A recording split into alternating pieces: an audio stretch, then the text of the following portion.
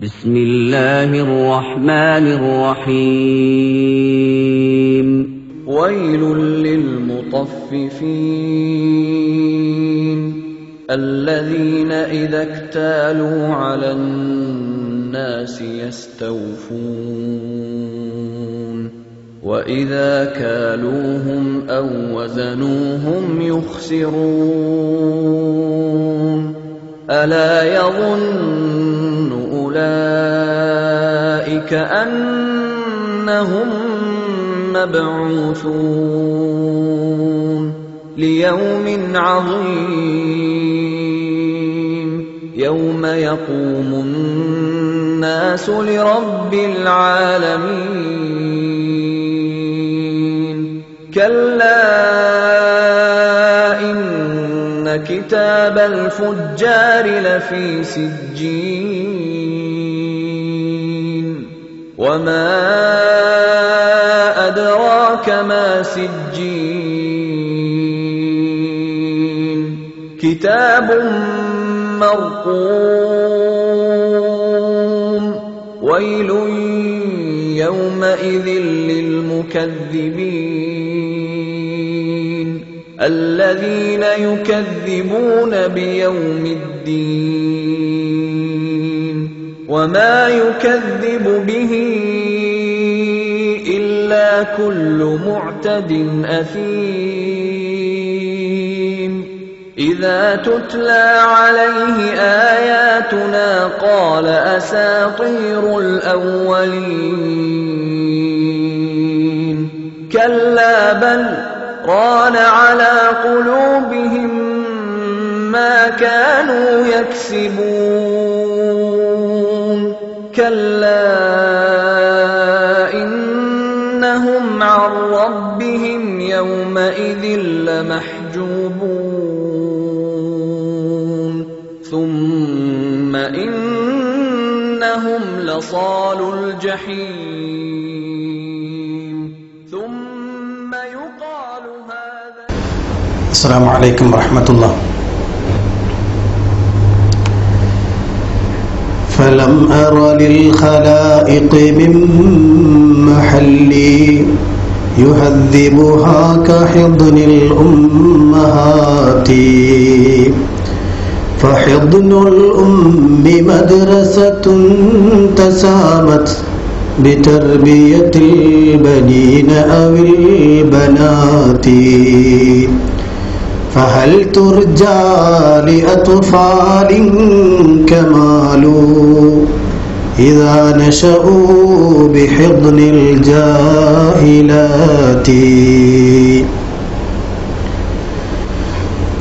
പ്രിയപ്പെട്ട സഹോദരന്മാരെ സഹോദരിമാരെ, പരിശുദ്ധ ഖുർആനിലെ 42-ാം അധ്യായം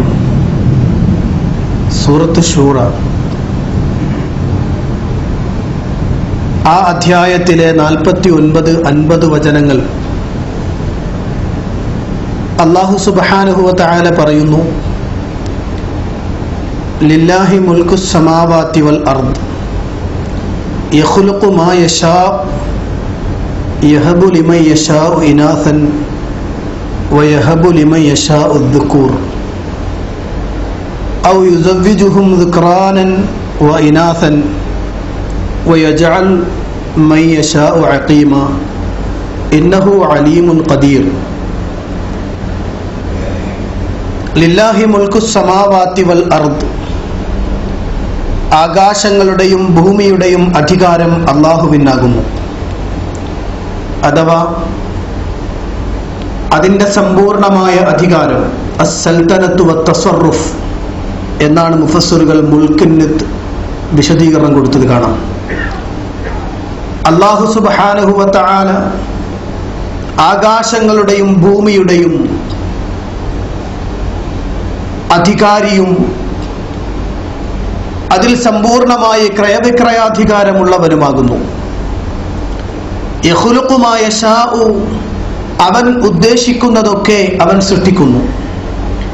യഹബു ലിമൻ യശാഉ ഇനാസൻ, ചില ആളുകൾക്ക് അല്ലാഹു പെൺകുട്ടികളെ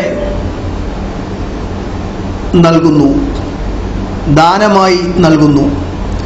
വയഹബു ലിമൻ യശാഉ ദുകൂർ, ചില ആളുകൾക്ക് ആൺകുട്ടികളെയാണ് അല്ലാഹു നൽകുക.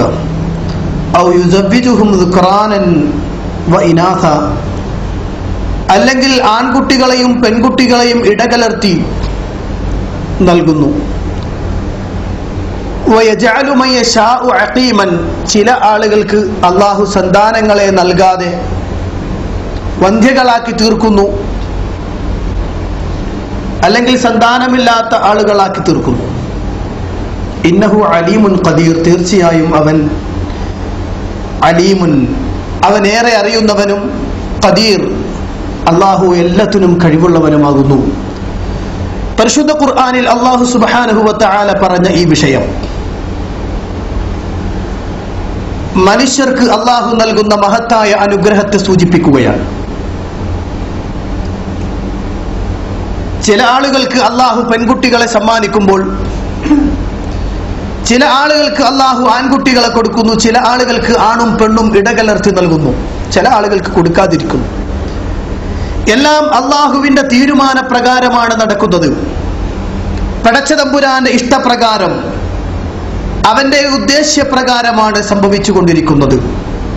അതുകൊണ്ട് തന്നെ മനുഷ്യനെ സംബന്ധിച്ചിടത്തോളം അവൻ നൽകിയ ഈ മഹാനുഗ്രഹം, അവൻ നൽകിയ ഈ അനുഗ്രഹം അത് മനുഷ്യരെ പരീക്ഷിക്കുന്നതിന് വേണ്ടിയാണ് എന്ന് അല്ലാഹു സുബ്ഹാനഹു വ തആല വേറൊരു ആയത്തിലൂടെ പഠിപ്പിക്കുന്നു. അതാണ് തീർച്ചയായും സമ്പത്തും സന്താനങ്ങളും അത് മനുഷ്യർക്ക് പരീക്ഷണമാകുന്നു എന്നതാണ്. ഈ നൽകപ്പെട്ട സന്താനങ്ങളുടെ വിഷയത്തിൽ നിങ്ങൾ വിജയിക്കുമോ ഇല്ലയോ എന്നതാണ് പടച്ചതമ്പുരാൻ പരീക്ഷിക്കുന്നത്. അവൻ നിങ്ങളെ പരീക്ഷിച്ചു കൊണ്ടിരിക്കുകയാണ്. നിങ്ങൾ വിജയിക്കുമോ ഇല്ലയോ എന്നതാണ്. വിജയിക്കുകയാണ് ഒരു വിശ്വാസിയുടെ ഏറ്റവും പരമപ്രധാനമായ ലക്ഷ്യം. അല്ലാഹു നൽകിയ സമ്പത്തിലായാലും അല്ലാഹു നൽകുന്ന സന്താനങ്ങളിലായാലും ആ സന്താനങ്ങളെ പടച്ചതമ്പുരാന്റെ കൽപ്പന പ്രകാരം വളർത്തി, അവൻ ഇഷ്ടപ്പെടുന്ന രൂപത്തിൽ വളർത്തി വലുതാക്കി, അങ്ങനെ അല്ലാഹുവിന്റെ പരീക്ഷണത്തിൽ വിജയിക്കുകയാണ് ഒരു വിശ്വാസി ചെയ്യേണ്ടത്. പക്ഷെ പലപ്പോഴും ആളുകൾ ഈ വിഷയത്തിൽ പരാജയപ്പെടുകയാണ്. സമ്പത്തും സന്താനങ്ങളും പലപ്പോഴും മനുഷ്യനെ വല്ലാത്ത ദോഷികളാക്കി തീർക്കും, അഹങ്കാരികളും ധിക്കാരികളുമാക്കി തീർക്കും. പരിശുദ്ധ ഖുർആൻ പഠിപ്പിക്കുന്ന ഒരു വലിയ ധിക്കാരിയുണ്ട്. അനൽ വഹീദ് ബിനുൽ വഹീദ് ലൈസ ലീ ഫിൽ അറബി നദീർ വലാ ലി അബി നദീർ എന്ന് ഖുറൈശികളുടെ മുന്നിൽ നിന്നുകൊണ്ട് പരസ്യമായി പ്രഖ്യാപിച്ച ഒരു മനുഷ്യരുണ്ട്. അദ്ദേഹത്തെ പരിശുദ്ധ ഖുർആൻ വളരെ നിശിതമായി വിമർശിച്ചതായി കാണാം. പറയുമ്പോൾ അദ്ദേഹം നമ്മളൊക്കെ പേരെടുത്ത് പറയാറുള്ള ഒരു മനുഷ്യൻ കൂടിയാണ്. ഇസ്ലാമിലെ അള്ളാഹുവിന്റെ വാൾ എന്നറിയപ്പെടുന്ന മഹാനായ ഖാലിദ് ബിൻ വലീദ് റളിയല്ലാഹു അൻഹുവിന്റെ പിതാവ് വലീദ് ബിൻ മുഗീറയാണ്. വലീദ് ബിൻ മുഗീറയെ പരിശുദ്ധ ഖുർആൻ നിശിതമായി വിമർശിച്ചിട്ടുണ്ട്. അയാളുടെ അഹങ്കാരം, അയാൾക്ക് ലഭിച്ച സന്താനത്തിന്റെയും സമ്പത്തിന്റെയും പേരിൽ വല്ലാത്ത അഹങ്കാരിയായി മാറി. അയാളുടെ വാചകം തന്നെ അതാണ്, അനൽ വഹീദ് ബിനുൽ വഹീദ് ലൈസ ലീ ഫിൽ അറബി നദീർ വലാ ലി അബി നദീർ എന്നാണ്. ഞാൻ ഏകനായവന്റെ പുത്രൻ ഏകനാണ്, എനിക്ക് അറബികൾക്കിടയിൽ തുല്യനായ ഒരു മനുഷ്യരില്ല, എനിക്ക് മാത്രമല്ല എന്റെ പിതാവിനുമില്ല. അങ്ങനെ ഞങ്ങൾ തുല്യരില്ലാത്ത, അറബികളുടെ കൂട്ടത്തിൽ തുല്യരില്ലാത്ത ആളുകളാണ് ഞാനും എന്റെ പിതാവും. പരിശുദ്ധ ഖുർആൻ അയാളെ കുറിച്ച് പറയുന്നിടത്ത് ഖുർആൻ പറഞ്ഞത് അയാൾക്ക് വേണ്ടി സമ്പത്തിന്റെ ഖജാനകൾ ഒന്നാകെ തുറന്നു കൊടുത്തു എന്നാണ്. മുഫസ്സിറുകൾ സൂചിപ്പിക്കുന്നു, മക്ക മുതൽ ത്വായിഫ് വരെ പ്രവിശാലമായ സമ്പത്തിന്റെ ഉടമ, ഈത്തപ്പനത്തോട്ടങ്ങളുടെയും അതുപോലെ തന്നെ ഭൃത്യന്മാരുടെയും അങ്ങനെ സമ്പത്തിന്റെ വിവിധങ്ങളായ ഖജാനകൾ ഒന്നിനു പിറകെ മറ്റൊന്നായി തുറന്നു കൊടുക്കപ്പെട്ട വ്യക്തി. മാത്രമല്ല ഖുർആൻ പഠിപ്പിക്കുന്ന മറ്റൊരു ഭാഗം ഇയാൾക്ക് ലഭിച്ച സന്താനങ്ങളെ കുറിച്ചാണ്. ഖുർആൻ പറയുന്നു, വബനീന ശുഹൂദൻ, എന്തിനും സന്നദ്ധരായി നിൽക്കുന്ന സന്താനങ്ങൾ. 9 ആൺകുട്ടികൾ ഉണ്ടായിരുന്നു എന്ന് തഫ്സീറുകളിൽ കാണാൻ കഴിയുന്നു. അതിൽ 3 ആളുകളാണ് പിന്നീട് ഇസ്ലാമിലേക്ക് കടന്നു വന്നത്. നിങ്ങൾ ആലോചിച്ച് നോക്കുക, 9 ആൺകുട്ടികൾ എന്ന് പറയുമ്പോൾ പ്രത്യേകിച്ച് മലപ്പുറത്തൊരു കാക്കക്ക് 9 ആൺകുട്ടികൾ ഉണ്ടെങ്കിൽ അദ്ദേഹത്തിന് നടപ്പെങ്ങനെയായിരിക്കും അല്ലേ? ആർക്കും ഒന്നും പറയാൻ പറ്റാത്ത നിലക്ക് അങ്ങാടിയിലേക്ക് ഉപ്പയും 9 ആൺമക്കളും കൂടെ നടന്നു വരുന്ന ഘട്ടം ആലോചിച്ച് നോക്കുങ്ങൾ. എത്ര അഹങ്കാരിയും പോക്കരിയുമായി തീരുമയാൽ. ഇവിടെ വലീദ് ഇബ്നു മുഗീറ എന്ന് പറഞ്ഞ മനുഷ്യൻ അങ്ങനെ അഹങ്കാരിയായി തീർന്നു. സമ്പത്ത് ആവശ്യത്തിലേറെ, എന്തിനും പോന്ന കടാകടിയന്മാരായ 9 ആൺമക്കൾ. ഇനി അഹങ്കരിക്കാൻ വേറെ എന്തെങ്കിലും വേണോ? പരിശുദ്ധ ഖുർആൻ ശക്തമായ ഭാഷയിൽ അയാളെ ആക്ഷേപിച്ചു. ഇതാണ് ഈ സമ്പത്തും ഈ സന്താനങ്ങളെയും മനം മയക്കി അയാൾ അതിന്റെ പിന്നാലെ ജീവിച്ചു. പരിശുദ്ധ ഖുർആനിന്റെ കൃത്യമായ ഉപദേശം മനസ്സിലായിട്ട് പോലും ഖുർആനിൽ പരിശോധിച്ചാൽ അറബികളുടെ കൂട്ടത്തിൽ ഖുർആനെ ഇത്ര ഉന്നതമാക്കി പറഞ്ഞൊരു വ്യക്തിയെ വേറെ കാണാൻ കഴിയില്ല കേട്ടോ. പരിശുദ്ധ ഖുർആനെ കുറിച്ച് ഇത്ര ഉന്നതമായി പ്രഖ്യാപിച്ചൊരു മനുഷ്യനെ അറബികളുടെ കൂട്ടത്തിൽ കാണാൻ കഴിയില്ല. പരിശുദ്ധ ഖുർആൻ കേട്ടിട്ട് അയാൾ പ്രതികരിച്ചത്, പക്ഷേ പടച്ച തമ്പുരാൻ ഹിദായത്ത് സമ്മാനിക്കണം. ഹിദായത്ത് എന്നുള്ളത് പടച്ചവന്റെ വരദാനമാണ്, സമ്മാനമാണ്. ആ സമ്മാനം അയാൾക്ക് ലഭിച്ചില്ല എന്നതാണ്. പരിശുദ്ധ ഖുർആനെ പിന്നീട് ആക്ഷേപിക്കുകയും അയാൾ ഈ സമ്പത്തിന്റെയും സന്താനത്തിന്റെയും പേരിൽ ഖുർആൻ പറയാണത് അതങ്ങനെ കിട്ടി എന്നതാണ് അവൻ ഇതൊക്കെ ചെയ്യാൻ കാരണക്കാരനായത് എന്ന് ഖുർആൻ പഠിപ്പിക്കുന്നു. ഇതാണ് അവനെ പ്രേരിപ്പിച്ചത് എന്നാണ്. അപ്പോൾ ചരിത്രത്തിൽ തുല്യതയില്ലാത്ത നിലക്ക് സമ്പൽ സമൃദ്ധി ലഭിച്ച മനുഷ്യൻ പരാജയപ്പെട്ടു പോയി എന്ന് ഖുർആൻ പഠിപ്പിക്കുകയാണ്. എനിക്കും നിങ്ങൾക്കുമൊക്കെ പരാജയം അനുഭവിക്കേണ്ടി വരുന്ന മേഖലയും അത് തന്നെയാണ്.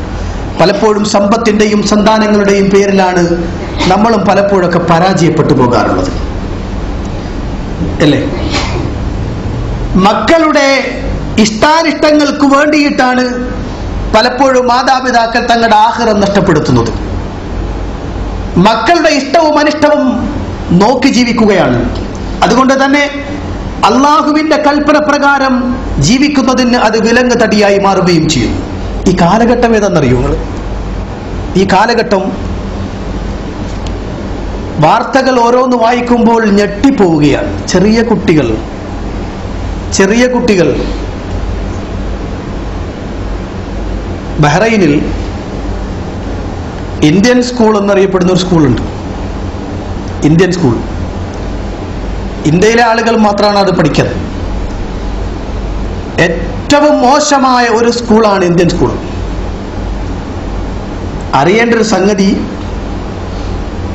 ഈ അടുത്ത് കാലത്ത് അതിന്റെ അടുത്ത് കച്ചവടം നടത്തുന്ന അഥവാ കോൾഡ് സ്റ്റോർ നടത്തുന്ന ചില ആളുകൾ പറഞ്ഞൊരു കാര്യം വല്ലാതെ ഞെട്ടിക്കുന്നതാണ്. ഏറ്റവും കൂടുതൽ ക്വാണ്ടം വിറ്റഴിക്കപ്പെടുന്നത് ആ കോൾഡ് സ്റ്റോറുകളാണത്രേ. അതും അറിയേണ്ട ഒരു സംഗതി, വാങ്ങുന്നത് പെൺകുട്ടികളാണത്രേ. സുബ്ഹാനല്ലാഹ്. മുസ്ലിങ്ങളായ പെൺകുട്ടികളും മുസ്ലിങ്ങളുടെ കാര്യം നമുക്ക് വേണ്ട, ചർച്ചക്ക് വേണ്ട എന്നുള്ളതാണ്. മുസ്ലിംകൾ യാതൊരു ഉളുപ്പുമില്ലാതെ യാതൊരു മടിയുമില്ലാതെ ഇത്തരം കച്ചവട സ്ഥാപനങ്ങളിൽ പോയി അത് വാങ്ങിക്കൊണ്ടുവരുന്നു. എന്തിനാണ് അവരത് വാങ്ങുന്നത്? ഇത് കേവലം ഒരു ബഹ്റൈന്റെ അവസ്ഥ മാത്രമല്ല. ഈ കഴിഞ്ഞിടക്കല്ലേ നമ്മളെ ഒരു കേന്ദ്രമന്ത്രിയുടെ വകയായി വന്ന പ്രസ്താവന, കലാലയങ്ങളിൽ മൊബൈൽ ഒഴിവാക്കുകയാണ് വേണ്ടത് എന്ന ചർച്ചയിലേക്ക് എത്തിപ്പെട്ടിരിക്കുകയാണ്. വല്ലാത്ത മലീമസമായ അന്തരീക്ഷത്തിലേക്ക് മാറുകയാണ്. പിടിച്ചാൽ കിട്ടുന്നില്ല വിദ്യാർത്ഥികളെ, മക്കളെ പിടിച്ചാൽ കിട്ടുന്നതിനപ്പുറത്തേക്ക് എത്തിപ്പോയിരിക്കുന്നു. ആർക്കും ഒന്നും പറയാൻ പറ്റാത്തൊരു കാലഘട്ടം. 15 വയസ്സ് കൗമാരപ്രായത്തിലേക്ക് എത്തിയവന്റെ വികാരമടക്കാൻ വേണ്ടി പിഞ്ചു കുട്ടികളെ പോലും കൊന്നെടുക്കുന്ന അതിതോന്നിവാസത്തിനാണെന്ന് നമ്മുടെ നാടുള്ളത്. സംസ്കാരത്തിന്റെ ഈറ്റില്ലവും പോറ്റില്ലവുമായ കേരളം, സംസ്കാരത്തിന്റെ ഈറ്റില്ലവും പോറ്റില്ലവും എന്നറിയപ്പെടുന്ന കേരളം, അവിടെ സംസ്കാരത്തിന് വിത്തുപാകിയ, ധാർമ്മികതയെക്കുറിച്ച് സംസാരിക്കുന്ന, സദാചാരത്തെക്കുറിച്ച് വാതോരാതെ സംസാരിക്കുകയും എഴുതുകയും ചെയ്യുന്ന ഒരു പ്രസ്ഥാനത്തിന്റെ ആളുകൾക്ക് വന്നു ഭവിച്ച ദുരവസ്ഥ. ഏറ്റവും കൂടുതൽ മയക്കുമരുന്ന് ഉപയോഗിക്കുന്ന ആളുകൾ എവിടെയാണെന്ന് ചോദിച്ചാൽ മുസ്ലിം കമ്മ്യൂണിറ്റിയിലാണെന്ന് പറയേണ്ട ഗതികേടിലാണ് നമ്മളുള്ളത്.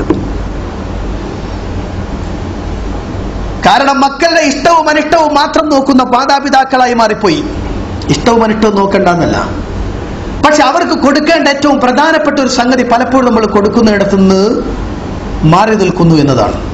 പരിശുദ്ധ ഖുർആൻ പഠിപ്പിച്ച ഒരു കാര്യമുണ്ട്. യാ അയ്യുഹല്ലദീന ആമനൂ ഖൂ അൻഫുസകും വഅഹ്ലീകും നാറാ വഖൂദുഹൻ നാസു വൽ ഹിജാറ.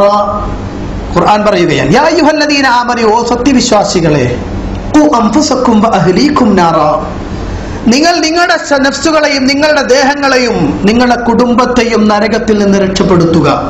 ഇത് ശക്തമായ ഒരു കൽപ്പനയാണ്. ഇത് ശക്തമായ ഒരു കൽപ്പനയാണ്. ഈ ആയത്ത് വിശദീകരിക്കുമ്പോൾ പണ്ഡിതന്മാർ സൂചിപ്പിച്ച ഒരു വാചകമുണ്ട്. നബി സല്ലല്ലാഹു അലൈഹി വസല്ലം പറഞ്ഞൊരു വാചകം, റഹിമല്ലാഹു ഇംറഅൻ, മറ്റൊരു റിപ്പോർട്ടിൽ കാണാം റഹിമല്ലാഹു റജുലൻ, ഒരു മനുഷ്യൻ അല്ലാഹു അനുഗ്രഹം ചൊരിയട്ടെ, ഒരു മനുഷ്യൻ അല്ലാഹു അനുഗ്രഹം ചൊരിയട്ടെ. എന്താണ് ആ മനുഷ്യന്റെ പ്രവർത്തനം? അയാൾ തന്റെ കുടുംബത്തെ ഉപദേശിക്കുന്നു, തങ്ങളെ കുടുംബത്തെ ഉപദേശിക്കുന്നു. എന്താ കുടുംബത്തോട് പറയാനുള്ളത്? കുടുംബത്തോട് അയാൾ പ്രഖ്യാപിക്കുന്നു, നമസ്കാരം സൂക്ഷിക്കണേ, നോമ്പ് സൂക്ഷിക്കണേ, ദാനധർമ്മങ്ങൾ സൂക്ഷിക്കണേ, അയൽക്കാരനെ കുറിച്ച് ചിന്ത വേണമേ, അഗതികളെ കുറിച്ച് ചിന്ത വേണമേ എന്ന് പറഞ്ഞുകൊണ്ട് സ്വകുടുംബത്തെ ഉപദേശിക്കുന്ന മനുഷ്യൻ അയാൾ അനുഗ്രഹീതനാണ് എന്ന് നബി സല്ലല്ലാഹു അലൈഹി വസല്ലം പഠിപ്പിക്കുകയാണ്. ഞാനും നിങ്ങളും ഒന്ന് ആലോചിച്ച് നോക്കി, എന്നെങ്കിലും നമ്മളെ കുടുംബത്തോട് ഇങ്ങനെ പറഞ്ഞിട്ടുണ്ടോ?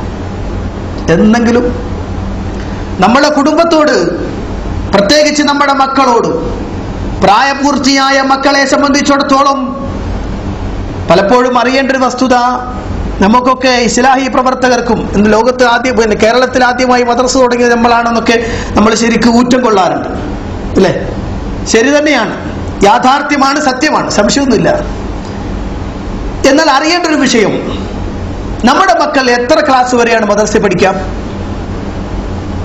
നമ്മുടെ കുട്ടികൾക്ക് നമ്മൾ മദ്രസ വിദ്യാഭ്യാസം കൊടുക്കണം എത്ര വയസ്സ് വരെയാണ്? കൂടി വന്നാൽ 5, അല്ലേ? അതിനപ്പുറത്ത് പോലില്ലല്ലോ. ഇവിടുത്തെ സ്ഥിതി അങ്ങനല്ലേ, 5 വരെ, 5ാം ക്ലാസ് വരെ എത്തും, ചിലപ്പോൾ 7ാം ക്ലാസ് വരെ പോയി നോക്കും, അല്ലേ? ഏകദേശം അവിടം വരെ എത്തുക. അത് കഴിഞ്ഞൊരു വിദ്യാഭ്യാസം നമ്മടുത്തില്ല. എന്റെ മുന്നിലിരിക്കുന്ന ഭൂരിപക്ഷ ആളുകൾക്കും പറയാനുള്ളത് മദ്രസ എത്തുവരെ 5ാം ക്ലാസ് വരെ പഠിച്ചിട്ടുണ്ട് ഞാനെന്ന് പറയും. മദ്രസയിൽ 5 വരെ പോയതാന്ന് പറയും. 5 വരെ പോയി എന്ന് പറയുമ്പോൾ എന്താ വിചാരിക്കണത്? ഞാൻ ഈ ഇസ്ലാമിന്റെ എല്ലാ കാര്യങ്ങളും പഠിച്ചു മനസ്സിലാക്കിയ വ്യക്തി എന്ന നിലക്കാണ്. യഥാർത്ഥത്തിൽ കൂട്ടരെ അറിയേണ്ടത്, ഈ ക്ലാസുകൾക്ക് ശേഷമാണ് ഇസ്ലാമിക വിദ്യാഭ്യാസം വേണ്ടത്. കുട്ടിക്ക് യഥാർത്ഥത്തിൽ ഇസ്ലാമിക വിജ്ഞാനം വേണ്ടി വരുന്ന കൗമാരപ്രായം അവിടെയാവുമ്പോൾ നമ്മളെല്ലാവരും കണക്കാണ്. അതിൽ പണ്ഡിത പാമര വ്യത്യാസമൊന്നുമില്ല. എല്ലാവരും ആ സമയത്ത് കുട്ടികളെ പിന്നിലേക്ക് വലിക്കും. കാരണം പ്രത്യേകിച്ച് എൻ്റെ കുട്ടി 8ാം ക്ലാസ്, 9ാം ക്ലാസ്, 10ാം ക്ലാസ്, +1 +2, അല്ലേ? ഈ ഘട്ടത്തിൽ നമ്മെ സംബന്ധിച്ചിടത്തോളം കുട്ടികൾക്ക് ഇസ്ലാമികമായ പാഠം പഠിപ്പിച്ചു കൊടുക്കാൻ നമ്മൾ തയ്യാറല്ല. നമ്മൾ അവരെ, അപ്പോൾ നമുക്ക് മുഖ്യം ഭൗതിക വിദ്യാഭ്യാസമാണ്. ഭൗതിക വിദ്യാഭ്യാസമാണ് നമുക്ക് വളരെ മർമ്മപ്രധാനമായ വിഷയം. അതാണ് അത് എങ്ങനെ നേടിയെടുക്കുമെന്നതിനെ കുറിച്ചാണ് നമ്മുടെ ചിന്ത. ഇവിടെ പടച്ചതമ്പുരാൻ പഠിപ്പിക്കുന്ന ഒരു കാര്യം, ഖുർആൻ നബി സല്ലല്ലാഹു അലൈഹി വസല്ലം പറഞ്ഞു, മുറു ഔലാദക്കും ബിസ്സലാഹ് ഇദാ ബലഗ 7 സിനീൻ.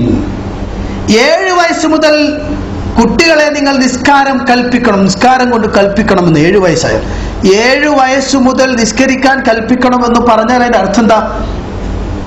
7 വയസ്സ് മുതൽ കുട്ടി നിസ്കാരം ശീലിക്കണമെന്നിടത്താണ് നമ്മളുള്ളത്. അല്ല, നിസ്കാരം ശീലിക്കുക എന്ന് പറഞ്ഞാൽ കൈ ഉയർത്തിക്കെട്ടി റുക്കൂ ചെയ്ത് ഇഅ്തിദാലുന്ന സുജൂദും പിന്നെ ഇടയിലിരുത്തവും അത്തഹിയാത്തും ഒക്കെ കുട്ടി ഇങ്ങനെ ചെയ്യണം എന്നതല്ല വിഷയം.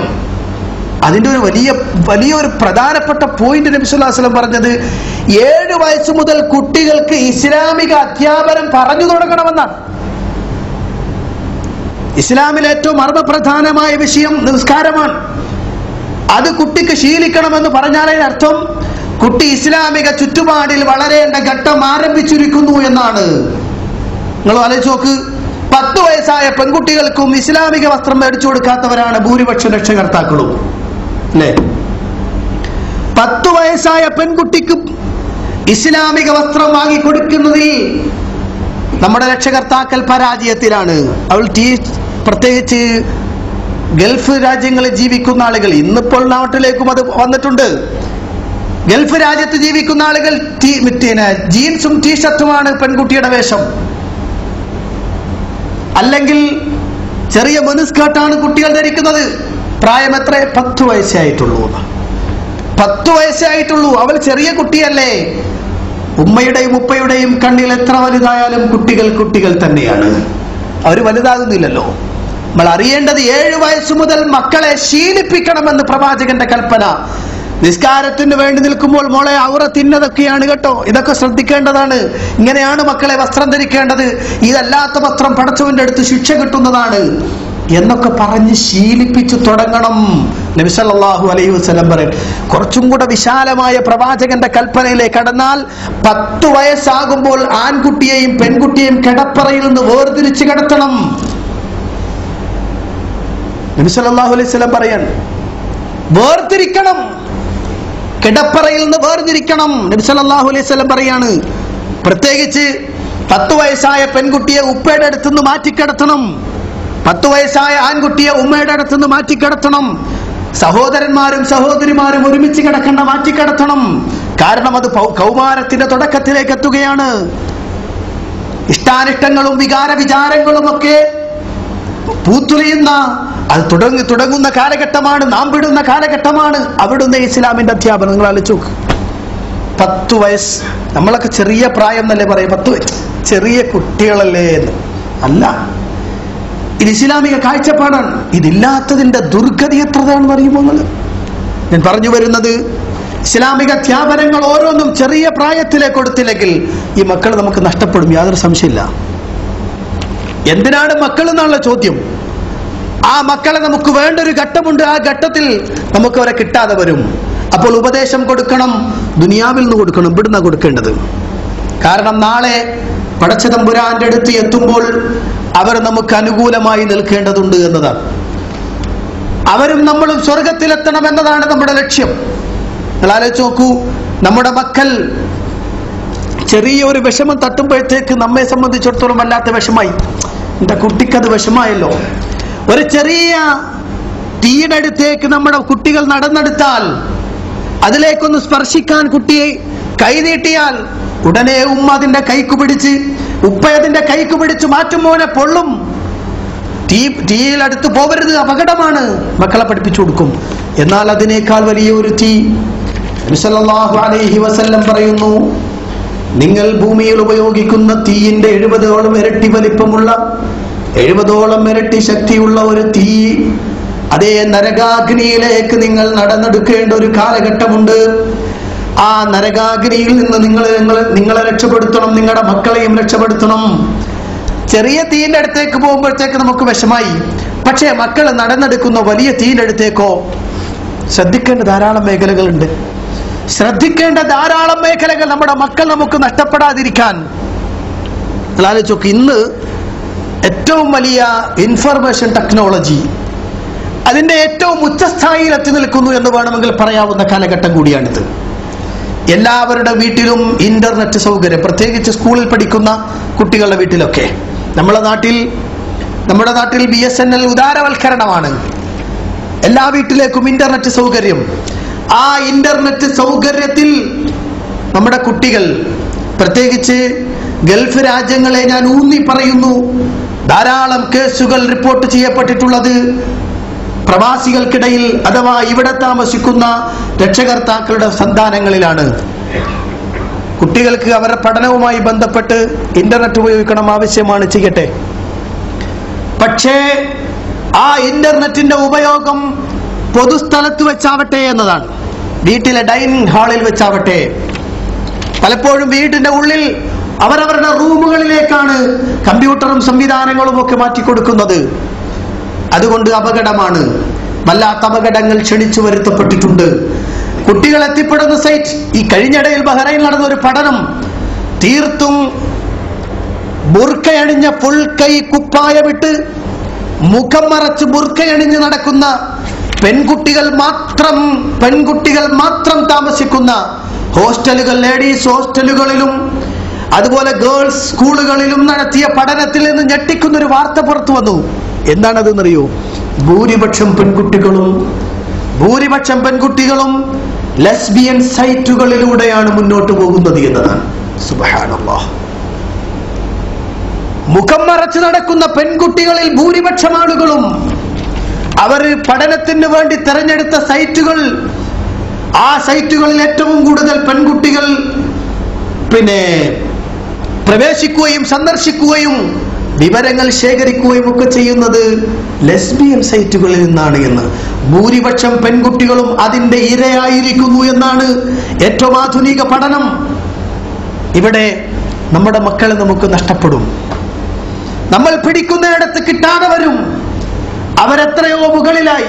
പലപ്പോഴും രക്ഷകർത്താക്കളെ സംബന്ധിച്ചിടത്തോളം വിദ്യാഭ്യാസം കുറച്ച് കമ്മിയായിരിക്കും. ഇപ്പൊ കുറച്ച് പൈസ ഒക്കെ വന്നതിന്റെ ജാട മാത്രമേ ഉണ്ടാവുള്ളൂ. വിദ്യാഭ്യാസം കമ്മിയായിരിക്കും. അതുകൊണ്ട് തന്നെ മക്കളുടെ വർത്തമാനവും കാര്യങ്ങളും ഒന്നും പിതാക്കൾക്കും മാതാക്കൾക്കും മനസ്സിലാവൂല. പ്രത്യേകിച്ച് ഇന്ന് ഇംഗ്ലീഷ് മീഡിയത്തിന്റെ കാലഘട്ടമാണല്ലോ. നാട്ടിലാണെങ്കിലും ഇവിടെയാണെങ്കിലും ഇംഗ്ലീഷ് അറിയാത്ത മാതാപിതാക്കൾ പോലും മക്കളെ ഇംഗ്ലീഷ് മീഡിയത്തിൽ അയക്കണമെന്ന ആഗ്രഹത്തിലാണ്. അതുകൊണ്ട് തന്നെ നടക്കട്ടെ, സംഗതി കുഴപ്പമൊന്നുമില്ല കേട്ടോ. ഞാൻ പറഞ്ഞു വരുന്നത്, ആ ഇംഗ്ലീഷ് മീഡിയത്തിൽ അങ്ങ് കുട്ടി പഠിച്ച് വർത്തമാനം പറയാൻ തുടങ്ങുമ്പോ ഉപ്പക്ക് എന്തോ ഒരു സന്തോഷാന്നറിയോ? കുട്ടികളുടെ വർത്തമാനം കേൾക്കുമ്പോൾ ഒരു വല്ലാത്ത സന്തോഷമാണ്. എൻ്റെ മോനാണല്ലോ ഇംഗ്ലീഷ് പറയണത്, അല്ലെങ്കിൽ എൻ്റെ മോളാണല്ലോ ഈ പറയണത്. അതേ സമയത്ത് മലയാളം പറഞ്ഞു പോയാൽ കുറ്റാണെന്ന് ചില വീടുകളിലൊക്കെ. ഇങ്ങനെ കുട്ടികളുടെ ഈ കാര്യങ്ങളൊക്കെ സന്തോഷത്തോടെ വരുന്ന മാതാപിതാക്കൾ അവരെന്തൊക്കെയാണ് ചെയ്യുന്നത് എന്ന് ഇവർക്ക് പിടുത്തം കിട്ടൂല. അതുകൊണ്ട് തന്നെ വീട്ടിലൊരിക്കൽ ഒരു പെൺകുട്ടി തന്റെ ബോയ് ഫ്രണ്ടുമായി കടന്നു വരുന്നു. എന്നെല്ലാം ഫ്രണ്ട്ഷിപ്പാണല്ലോ.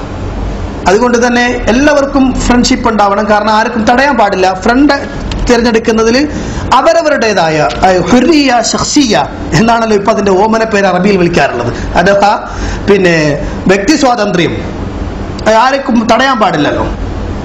അതുകൊണ്ട് തന്നെ വീട്ടിലേക്ക് കടന്നു വരുന്ന തന്റെ ബോയ് ഫ്രണ്ട്, രക്ഷകർത്താക്കൾ ചോദിക്കും, എന്റെ ബോയ് ഫ്രണ്ടാണ്, സ്കൂളിലെ ചില വിഷയങ്ങൾ സംസാരിക്കാനാണ്. അവരൊരു റൂമിലേക്ക് കടന്നുപോയി, ചർച്ച കഴിയുന്നില്ല. എന്നാൽ പിന്നീട് അറിയുന്ന സംഗതി വല്ലാത്ത മലീമസമാണ്.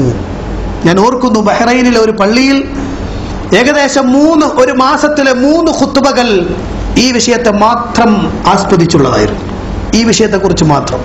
അവിടെയൊക്കെ ഇസ്ലാമിക അധ്യാപനങ്ങൾ ഉണ്ടല്ലോ. ഞാൻ നേരത്തെ പറഞ്ഞ വാചകം ഉണ്ടല്ലോ, ആൺകുട്ടിയെയും പെൺകുട്ടിയെയും മാറ്റിക്കിടത്തണമെന്ന് പറഞ്ഞ വിഷയം അത് നിസാരമല്ല. ആരാവണം എന്നത് കൃത്യമായി അറിയണം. പെൺകുട്ടികൾക്കും ആൺകുട്ടികൾക്കും മൊബൈൽ വാങ്ങിക്കൊടുക്കുന്ന രക്ഷകർത്താക്കളുണ്ട്. അത് ജാടയാണ്, യാതൊരു സംശയമില്ല, ജാടയാണത്. 1-ാം ക്ലാസ്സിൽ പഠിക്കുന്ന മദ്രസയിൽ 1-ാം ക്ലാസ്സിൽ ഒരിക്കൽ ഒരു കുട്ടി, 1-ാം ക്ലാസ്സിലെ കുട്ടിയുടെ കയ്യിൽ മൊബൈൽ ഇരിക്കുന്നു. കൂടെയുള്ള കുട്ടികൾ പറഞ്ഞു, ഇവന്റെ കയ്യിൽ മൊബൈൽ ഉണ്ട് എന്ന് പറഞ്ഞു. നോക്കി വിളിച്ചു, ഇവിടാ എന്താ മൊബൈൽ ഒരെണ്ണം. എന്തിനാ മോനെ മൊബൈൽ? അത് മമ്മി പറഞ്ഞു ക്ലാസ് വിടുമ്പോൾ ഒന്ന് മിസ് കോൾ അടിക്കാൻ. കണ്ടോ, ഈ രക്ഷകർത്താക്കൾ ഈ കുട്ടികളെ ചീത്തയാക്കാൻ.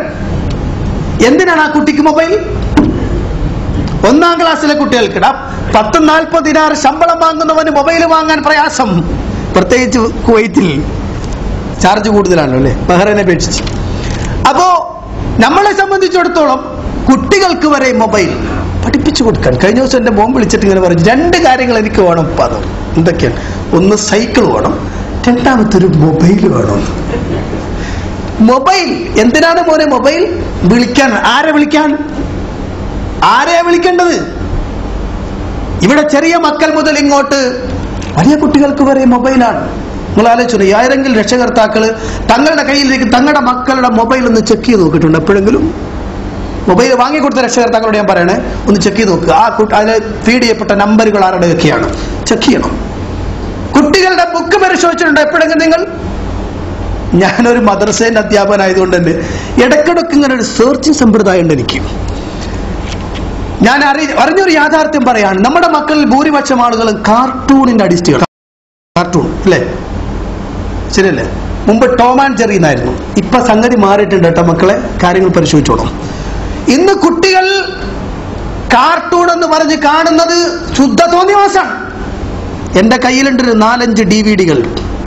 കുട്ടികളുടെ കയ്യിൽ നിന്ന് 1-ാം ക്ലാസ്സിലും 2-ാം ക്ലാസ്സിലും മക്കളുടെ കയ്യിൽ നിന്ന് പിടിച്ചെടുത്തതാണ്. ചെക്ക് ചെയ്തിട്ടുണ്ടോ നിങ്ങൾ എപ്പോഴെങ്കിലും മക്കളെ? കുട്ടികൾ കാണുന്ന കാർട്ടൂൺ എന്ന പേരിൽ കുട്ടികൾ കാണുന്ന DVD-കൾ അല്ലെങ്കിൽ VCD-കൾ ശുദ്ധ തോന്നിവാസമാണ്. ചെറിയ മക്കൾ പോലും. ഒരു കുട്ടി മറ്റൊരു കുട്ടിയുടെ സംസാരിച്ചു, ഭയങ്കര രസമാണ് മദ്രസയിലെ കാര്യങ്ങൾ. ശരിക്കും ഞാൻ പറയുന്നത്, മക്കൾ എങ്ങോട്ട് പോകുന്നു എന്നറിയണമെങ്കിൽ രഹസ്യമായി കുട്ടികളുടെ സംസാരം വീക്ഷിച്ചാൽ മതി. ചെറിയ കുട്ടികൾ, ഒരു പെൺകുട്ടി മറ്റൊരു പെൺകുട്ടിയോട് സംസാരിക്കണം. ഇവൾ അവളുടെ ഫ്രണ്ടാണ്, അവളാണെങ്കിൽ മറ്റവന്റെ ഫ്രണ്ടാണ്. ഇവർ തമ്മിൽ ഇപ്പോൾ ഇവർ തമ്മിൽ ഇപ്പോൾ ടോക്ക് ചെയ്യില്ല. കുട്ടികൾ അങ്ങനെയാണ്, മുറി ഇംഗ്ലീഷും പറയും മലയാളം പറയും, അങ്ങനെയാണ്. അപ്പൊ ഇവർ തമ്മിൽ ടോക്ക് ചെയ്യില്ല. എന്താ കാര്യം? ഇവള് വേറൊരു ഇവക്ക് വേറൊരു ബോയ് ഫ്രണ്ട് ഉണ്ട് അത്രേ. അതുകൊണ്ട് അവന് 1-ാം ക്ലാസ്സിൽ മക്കളെ പറയണേ. കാലം എങ്ങനെയാന്ന് മനസ്സിലായി നിങ്ങൾക്ക്? 1-ാം ക്ലാസ് മുമ്പൊക്കെ 10-ാം ക്ലാസ്സിൽ പഠിക്കുമ്പോൾ കോളേജിൽ പോകുമ്പോഴൊക്കെ നമുക്ക് പേടിയായിരുന്നു അല്ലേ? മുമ്പ് പേടിയായിരുന്നു, പെൺകുട്ടിയെ നോക്കാൻ പോലും പേടിയാൻ. ഇനി അഥവാ കാരണം തലതെറിച്ച പൂവാലന്മാരെന്തായാലും ഒക്കെ പറയുന്നത് കേട്ടാൽ നമുക്ക് പറയാൻ പേടിയായിരുന്നു. എന്താ സംഭവിക്കണം അറിയില്ലല്ലോ. ഇന്ന് ചുറ്റുപാട് മാറി. പേപ്പറിൽ കുട്ടികൾ എഴുതി കൊടുക്കുക, ഐ ലൈക്ക് യു. ചെറിയ 1-ാം ക്ലാസ്സിലെ മക്കൾ, ഞാൻ പറയണത് ഞാൻ എന്റെ അനുഭവത്തിൽ നിന്നാ പറഞ്ഞു കേട്ടോ. ഞാൻ എന്റെ അനുഭവത്തിൽ നിന്ന് പറയാം. 1-ാം ക്ലാസ്സിലെ മക്കൾ അടുത്ത പെൺകുട്ടികൾക്ക് എഴുതി കൊടുക്കാണ്. ഇതൊക്കെ നോക്കണ്ടേ നമ്മള്? ഇതൊക്കെ ചെക്ക് ചെയ്യണ്ടേ? നമ്മുടെ കുട്ടികളുടെ ബുക്കിൽ എന്തൊക്കെയാണ് എഴുതിയിരിക്കുന്നത് ചെക്ക് ചെയ്തിട്ടുണ്ടോ രക്ഷകർത്താക്കള്? നമ്മുടെ മക്കളുടെ കയ്യിലിരിക്കുന്ന സാധനങ്ങൾ എന്തൊക്കെയാണെന്ന് ചെക്ക് ചെയ്തിട്ടുണ്ടോ രക്ഷകർത്താക്കൾ? നമ്മുടെ നാട്ടിലൊരു പഴഞ്ചൊല്ലുണ്ട്, ചോറ് കൊടുത്താൽ പോരാ ചൊല്ലും കൂടി കൊടുക്കണം അല്ലേ? ഞങ്ങളുടെ നാട്ടിൽ പറയില്ല, വടക്കൻ കേരളത്തിൽ എനിക്കറിയില്ല, തെക്കൻ കേരളത്തിലൊക്കെ പറയും കൂടെ ചൊല്ലുകൂടി കൊടുക്കണം.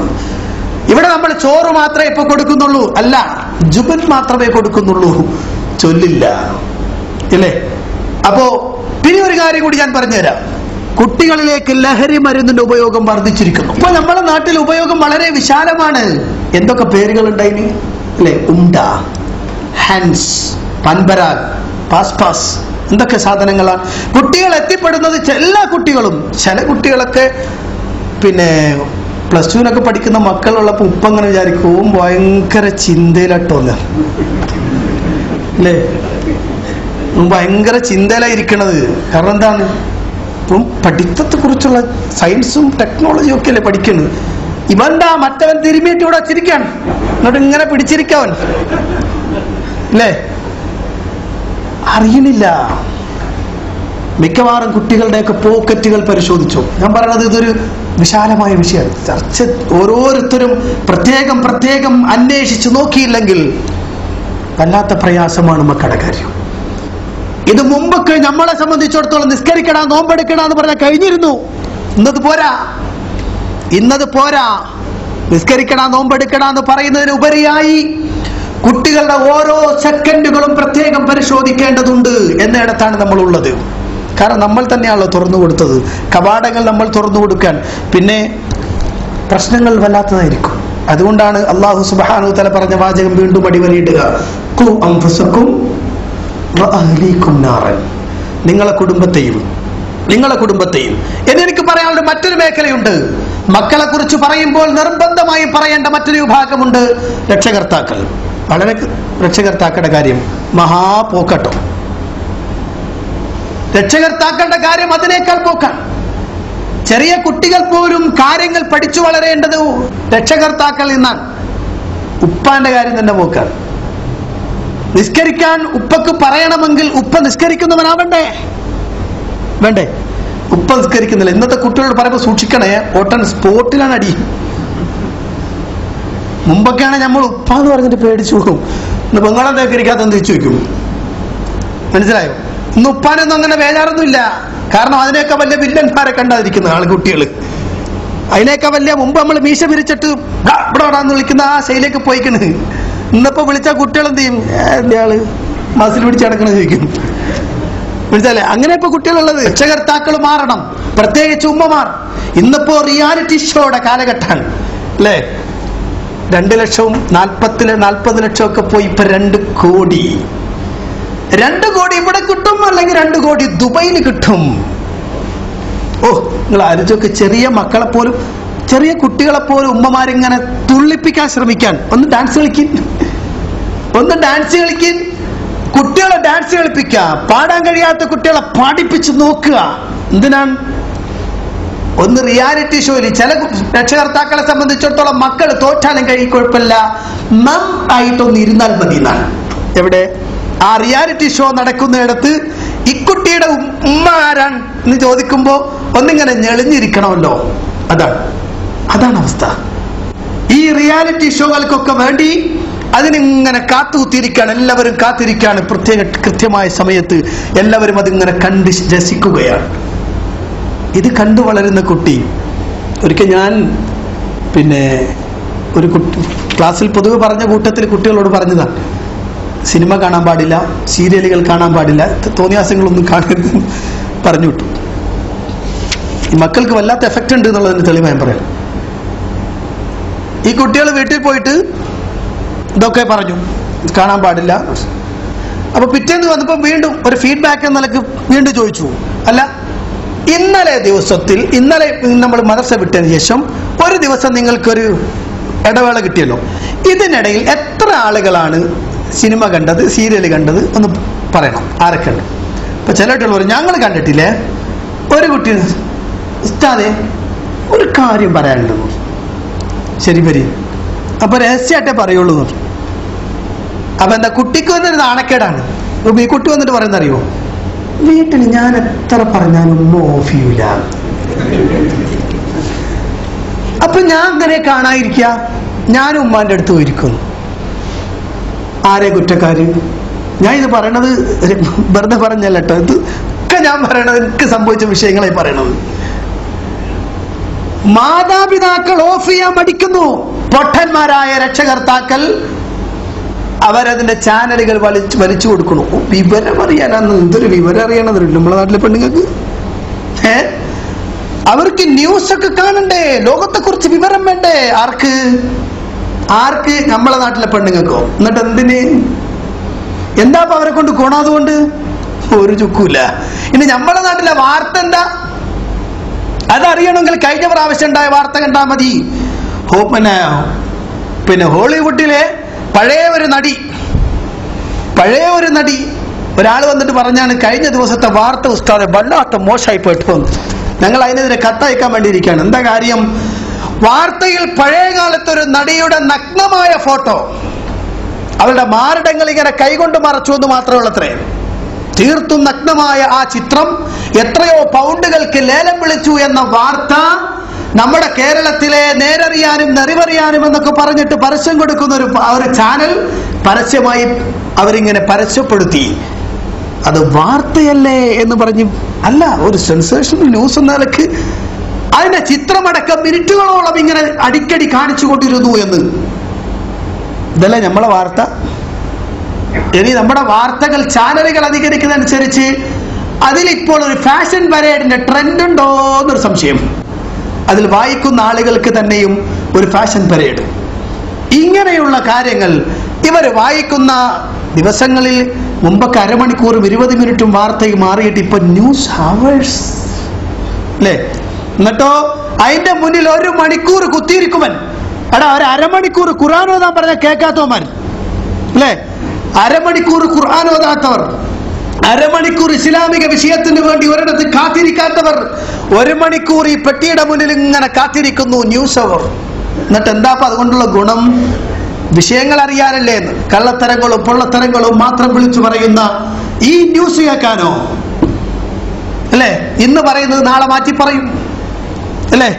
ഇന്നുള്ള വിഷയങ്ങൾ അവരുണ്ടാക്കിയെടുത്ത കുറെ ന്യൂസുകൾ, കെട്ടിച്ചമച്ച ന്യൂസുകൾ ചാനലുകളുടെ നിലനിൽപ്പിന് വേണ്ടിയിട്ട് അതിങ്ങനെ വലിച്ചു കൊടുക്കാൻ എത്ര ചാനൽ. എന്നിട്ട് ചില ആളുകൾ ഇങ്ങനെ അഭിമാനിക്കാറുണ്ട്, നമ്മളെ വീട്ടിൽ ചാനൽ നമ്മൾ 100 ഉറുപ്പിക കൊടുത്താൽ എന്താടോ 10, 60, 70 ചാനൽ കിട്ടണില്ലേ? ആർക്ക് കാണാൻ 70 ചാനൽ? അതെ. പിന്നെ പെണ്ണുങ്ങളുടെ പണി കഴിഞ്ഞില്ലേ? ഇതെന്റെ പണി. മുമ്പൊരു നമ്മളെ ജമീല ടീച്ചറാന്ന് തോന്നുന്നു പ്രസംഗിച്ചപ്പോ ഞാൻ കാസറ്റ് കേൾക്കുന്നെടുത്തു. ഇപ്പൊ പെണ്ണുങ്ങൾക്കൊക്കെ നടുവരലാണ് തഴമ്പ് അല്ലേ? മുമ്പൊക്കെ പെണ്ണുങ്ങൾ അമ്മി പിടിച്ചിട്ടും കുത്തിയിട്ടുമൊക്കെ ധാരാളം തഴമ്പുകൾ കൈക്കുണ്ടായിരുന്നെങ്കിൽ ഇന്ന് മാറിയിട്ട് ഇന്ന് തള്ളവരലിന്റെ തുമ്പത്താണ് തഴമ്പ്. കാരണം പലതും ഇതുമ്മലാണുള്ളത്. ഭൂരിപക്ഷം ടൈമിലും ഇതിന്റെ മുന്നിൽ ഇങ്ങനെ മാറി മാറി മാറി മാറി മക്കളെ ശ്രദ്ധിക്കാൻ അവർക്ക് സമയമില്ല. ഒരു കവി പറഞ്ഞു, വാചകം എത്ര അന്വർത്ഥമാണ്. അദ്ദേഹം പറയുന്നു, ഫലം അറലിൽ ഖലായിഖി മിൻ മഹല്ലി യുഹദ്ദിബുഹാ കഹിളിൽ ഉമ്മഹാതി ഫഹിളുൽ ഉമ്മി മദ്റസത്തുൻ തസാമത് ബിതർബിയത്തിൽ ബനീന അവിൽ ബനാതി ഫഹൽ തുർജാ ലിഅത്ഫാലിൻ കമാലു ഇദാ നശഉ ബിഹിളിൽ ജാഹിലാതി ഫലം അറലിൽ ഖലായിഖി മിൻ മഹല്ലിൻ. ലോകത്ത് സൃഷ്ടികളിൽ, മനുഷ്യ സൃഷ്ടികളിൽ ഞാനൊരു ചലവും കാണുന്നില്ല. യുഹദ്ദിബുഹാ കഹിളിൽ ഉമ്മഹാതി, ഉമ്മമാരുടെ മടിത്തട്ട് പോലെ കുട്ടികളെ സംസ്കരിച്ചെടുക്കാൻ പറ്റുന്ന ഒരു കലാലയം, ഒരു സ്ഥലം, ഒരു കേന്ദ്രം ഞാൻ വേറെ കാണുന്നില്ല. ഒരു കവി അഭിപ്രായപ്പെടുന്നു. ആ ഉമ്മ എന്താണ് ചെയ്യുന്നത്? ഫഹിളുൽ ഉമ്മി മദ്റസത്തുൻ തസാമത് ബിതർബിയത്തിൽ ബനീന അവിൽ ബനാതി. ഉമ്മയുടെ മടിത്തട്ടാകുന്ന ആദ്യത്തെ കലാലയം, ആ കലാലയത്തിൽ നിന്നാണ് ആൺകുട്ടികളെയും പെൺകുട്ടികളെയും സംസ്കരിച്ചെടുക്കുന്നത്. ആൺകുട്ടികളും പെൺകുട്ടികളും നല്ലവരായി തീരുന്നത് ഉമ്മയാകുന്ന കലാലയത്തിൽ നിന്നാകുന്നു. ഉമ്മ ബടക്കായി പോയാൽ, ഉമ്മ മോശമായി പോയാൽ, ഉമ്മ സംസ്കാരമില്ലാത്തവളായാൽ, ഉമ്മ ധാർമ്മികത ഇല്ലാത്തവളായാൽ, ഉമ്മ ഇസ്ലാമിക ചുറ്റുപാടില്ലാത്തവളായാൽ മക്കളും അതേ നിലക്കാണ് വളർന്നു വരുന്നത്. അവരുടെ മായയിൽ പിന്നെ തോന്നിവാസങ്ങൾ മാത്രമേ ഉണ്ടാകൂ. അവർക്ക് കാണേണ്ടതും തോന്നിവാസങ്ങൾ തന്നെയാണ്. കേൾക്കുന്ന ഈണത്തിനനുസരിച്ച്, കേൾക്കുന്ന മ്യൂസിക്കിനനുസരിച്ച് ചുവട് വെക്കുന്ന കുട്ടികളെ നമുക്ക് കാണാം, ചെറിയ മക്കളെ നമുക്ക് കാണാം. അതിന്റെ അപ്പുറത്തേക്കൊന്ന് കടന്നു പോയാൽ അപ്പുറത്ത് റിമോട്ട് കൺട്രോളും പിടിച്ചുകൊണ്ട് കാലുകളും കൈകളും കുലുക്കിയിരിക്കുന്ന ഒരു മാതാവിനെ നിങ്ങൾക്ക് കാണാൻ കഴിയും.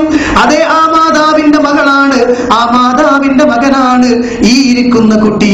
ആ കുട്ടിയുടെ ചുണ്ടിലും ആ കുട്ടിയുടെ ശരീരത്തിലും ഇത്തരം തോന്നിവാസങ്ങൾ മാത്രമാണ്. അതുകൊണ്ട് കവി അഭിപ്രായപ്പെടുന്ന പ്രധാനപ്പെട്ട കാര്യം, അദ്ദേഹം ചോദിക്കുന്ന ഒരു ചോദ്യമുണ്ട്. നിങ്ങൾ അറിയുന്നുവോ, നിങ്ങൾ മനസ്സിലാക്കുന്നുവോ, ഒരു പൂർണ്ണത ലഭിക്കുന്ന ഒരു കുട്ടിയെ നിങ്ങൾക്ക് വേണമോ? സംസ്കാര സമ്പന്നനായ ഇസ്ലാമിക ചുറ്റുപാടുള്ള ധാർമ്മികതയുടെ അങ്ങേയറ്റത്തെത്തിയ കാര്യങ്ങളെ വെച്ചേതിച്ചറിയുന്ന ഒരു കുട്ടിയെ നിങ്ങൾക്ക് വേണമെന്നുണ്ടോ? എന്നാൽ നിങ്ങൾ ചെയ്യേണ്ട പണി, ആദ്യമായി അതിന്റെ ഒന്നാമത്തെ കലാലയമായ മാതാവിനെ നന്നാക്കിയെടുക്കേണ്ടതുണ്ട്. അവൾ എന്താണ് വായിക്കുന്നതെന്ന്, അവൾ എന്താണ് കാണുന്നത് എന്ന്, അവൾ ആരുമൊക്കെയായാണ് സംസാരിക്കുന്നത് എന്ന്, അവൾ ആരൊക്കെയായിട്ടാണ് ചങ്ങാത്തം കൂടുന്നത് എന്ന്, അതിന്റെ രക്ഷകർത്താവായ, അതിന്റെ കൃത്യമായ കടിഞ്ഞാൻ പിടിക്കുന്നവനായ ഭർത്താവ് അഥവാ രക്ഷകർത്താവ് നോക്കിയിരിക്കണമെന്ന്. അത്ര കൃത്യാണല്ലേ? മാതാവിനെ ആദ്യം നന്നാക്കി എടുക്കണം എന്നാണ്. അതുകൊണ്ടാണ് അൽ ഉമ്മു മദ്റസത്തുൻ ഇദാ അഅദതഹാ അഅദത ശഅബൻ തയ്യിബൽ അറാഖി. ഉമ്മ മദ്രസയാണ്, ഉമ്മ കലാലയമാണ്. ആ ഉമ്മ നന്നായാൽ അതിലൂടെ ഒരു സമൂഹത്തെ നന്നാക്കി എടുക്കാൻ കഴിയുന്നതാണ്. മാതാപിതാക്കൾ നന്നായാൽ കഴിഞ്ഞാൽ പിന്നെ മക്കളെ ആരും നന്നാക്കേണ്ടതില്ല എന്നാണ്. അത് ഓട്ടോമാറ്റിക്കായി അങ്ങ് നന്നായിക്കൊണ്ടിരിക്കും. ഇനി ഇടയ്ക്ക് വെച്ച് ആരെങ്കിലും പഴച്ചു പോയാലും മാതാപിതാക്കൾക്ക് കുറ്റമില്ലല്ലോ. പക്ഷെ മാതാപിതാക്കൾ ആദ്യം നല്ലവരായി തീരണം, ആദ്യം നന്നാവണം. നിങ്ങൾ അറിയിക്കാം. ഞാനൊരു ഉദാഹരണം പറയാം. നമ്മളെ കൂട്ടത്തിലെ ആളുകൾ, രക്ഷകർത്താക്കൾ, മാതാപിതാക്കൾ ശ്രദ്ധിക്കേണ്ട ഒരു കാര്യം പറയട്ടെ. മാതാപിതാക്കളെ സംബന്ധിച്ചിടത്തോളം ഒരു ഉദാഹരണം ഞാൻ പറയാം. വസ്ത്രം ധരിക്കുന്ന ഒരു ഉദാഹരണം നോക്കും. മാതാവ് ഇസ്ലാമിക വസ്ത്രമല്ല ധരിക്കുന്നത്, മോഡേൺ സ്റ്റൈലാണ്. ഒന്നെങ്കിൽ ടൈറ്റ് പിന്നെ ചുരിദാർ, അല്ലെങ്കിൽ ഇന്നത്തെ ടൈറ്റ് അബായ. ഈ സാധനം അള്ളാഹു അറിഞ്ഞിട്ട് പേരാൻ തോന്നിട്ടോ, മലയാളത്തിൽ അതിന്റെ പേര് അബായം എന്ന് തന്നെയാണ്. ആളുകൾ പറയുന്ന അബായ അബാഅത്ത് എന്നാണ്. കരിമ്പടം, അബായ, അതിന്റെ ബഹുവചനായിട്ടാണല്ലോ അബായ എന്ന് പറയാ. കരിമ്പടങ്ങൾ നിലക്കാണ് അബായ. അബാത്ത് എന്ന് പറഞ്ഞാൽ കരിമ്പടം എന്നാണ്. ലലബ്സു അബാഅത്തിൻ വതഖറ ഐനി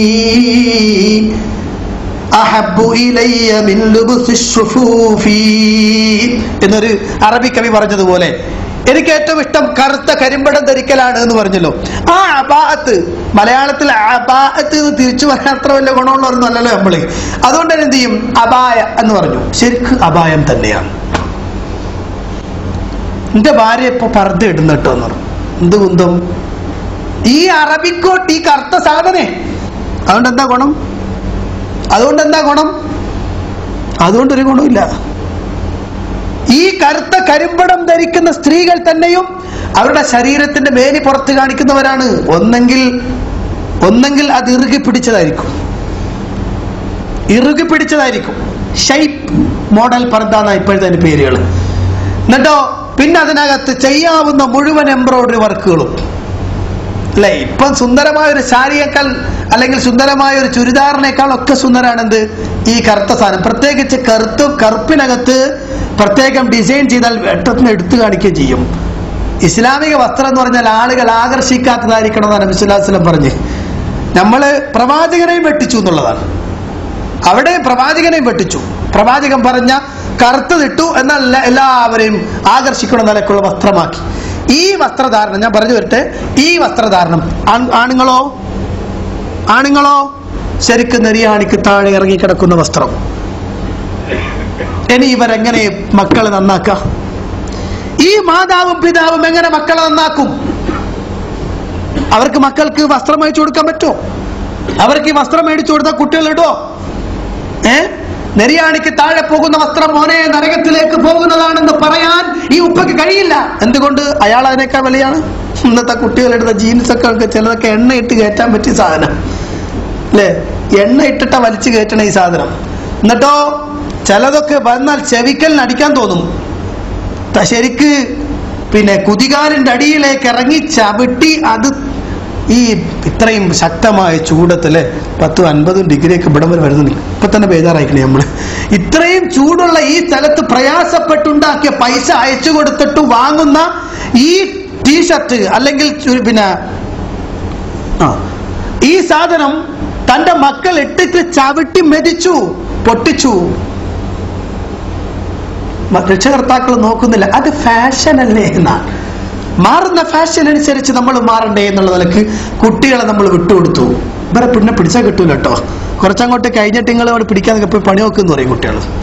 ഉദാഹരണം ഞാൻ പറയണം. ഇത് വളരെ ശ്രദ്ധിക്കേണ്ടതാണ്. മക്കളെ ചെറുപ്പത്തിൽ തന്നെ ശീലിപ്പിക്കണം ഇസ്ലാമിക വസ്ത്രധാരണം. ഇല്ലെങ്കിൽ അവർ നമുക്ക് നഷ്ടപ്പെടുമെന്നതാണ്. ഇത് നടക്കണമെങ്കിൽ മാതാപിതാക്കൾ അതേ രൂപത്തിൽ ശീലിച്ചിരിക്കണം. മാതാപിതാക്കൾ അതേ രൂപത്തിലായിരിക്കണം എന്നതാണ്. അപ്പോ മക്കളെ നമുക്ക് നഷ്ടപ്പെടാതിരിക്കും. ഇല്ലെങ്കിൽ നഷ്ടപ്പെടും, ഉറപ്പാണ്. പിന്നീട് ഖേദിച്ചിട്ട് യാതൊരു കാര്യവും ഇല്ല. ഇനി ഞാൻ പറയട്ടെ, അവസാനിപ്പിക്കാൻ പോവുകയാണ്. ചുരുങ്ങിയ ചില വിഷയങ്ങൾ കൂടി പറഞ്ഞുകൊണ്ട് അവസാനിപ്പിക്കും. മാതാപിതാക്കളെ സംബന്ധിച്ചിടത്തോളം അള്ളാഹുവിന്റെ ഭാഗത്തുനിന്ന് ലഭിക്കേണ്ടുന്ന മഹത്തായ ഈ അനുഗ്രഹം വേണ്ട വിധത്തിൽ ഉപയോഗപ്പെടുത്താൻ കഴിഞ്ഞോ ഇല്ലേ എന്നത് ഞാനും നിങ്ങളും ആലോചിക്കേണ്ടതാണ്. എന്താണ് നമുക്ക് മക്കളെ കൊണ്ട് കിട്ടേണ്ടത്? പലപ്പോഴും ആളുകൾ ആലോചിക്കുന്നത് അവനൊരു ഡോക്ടറായി, എഞ്ചിനീയറായി, എനിക്ക് വയസ്സാകണ സമയത്ത് എന്തെങ്കിലും ഒരു ഗ്ലാസ് വെള്ളം തരാൻ പറ്റുന്നവനാവണം അല്ലേ? ഇതല്ലേ എല്ലാ ആളുകളുടെയും.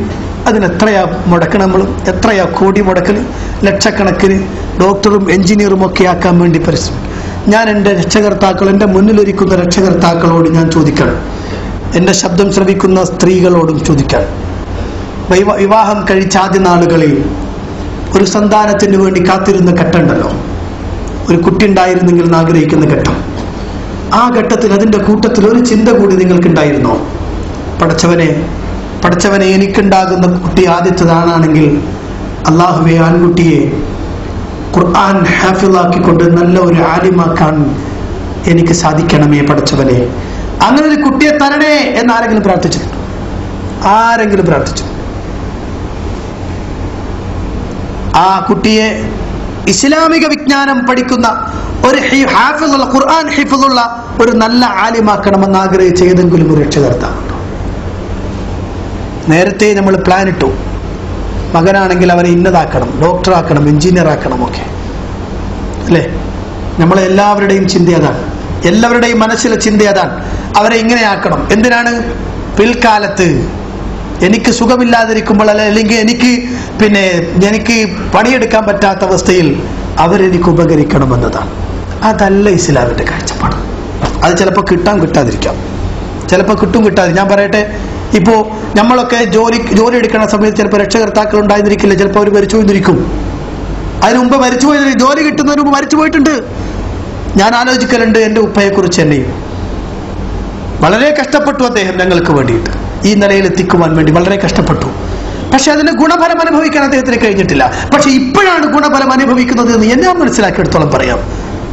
സല്ലല്ലാഹു അലൈഹി വസല്ലം പറഞ്ഞു, ഇദാ മാത ഇൻസാൻ, ഒരു മനുഷ്യൻ മരിച്ചാൽ ഇൻഖതഅ അൻഹു അമലുഹു ഇല്ലാ മിൻ സലാസ്, അവന്റെ കർമ്മങ്ങൾ അതോടെ നിലച്ചുപോയി. അവൻ അന്ന് വരെ ചെയ്ത അവന്റെ കർമ്മങ്ങളുടെ കാലഘട്ടം അവസാനിച്ചു പോയി. 3 എണ്ണം ഒഴിച്ച്. നബി സല്ലല്ലാഹു അലൈഹി വസല്ലം പറയാണ്, ഒന്നാമത്തത് സദഖത്തുൻ ജാരിയ, നിലനിൽക്കുന്ന സദഖ. രണ്ടാമത് പ്രവാചകൻ സല്ലല്ലാഹു അലൈഹി വസല്ലം പറഞ്ഞു, പ്രയോജനപ്രദമായ വിജ്ഞാനം.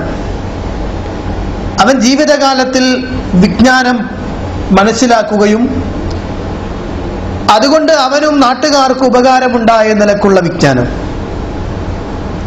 മൂന്നാമതായി നബി സല്ലല്ലാഹു അലൈഹി വസല്ലം പറഞ്ഞു, വലദുൻ സാലിഹുൻ യദ്ഉ ലഹു എന്ന്. അവന് വേണ്ടി പ്രാർത്ഥിക്കുന്ന സ്വാലിഹായ ഒരു സന്താനം. ഇതാണ് ഒരു മനുഷ്യന് നേടിയെടുക്കാൻ പറ്റുന്ന ഏറ്റവും വലിയ അനുഗ്രഹം. അതാണ് തന്റെ കർമ്മങ്ങളൊക്കെ അവസാനിച്ച്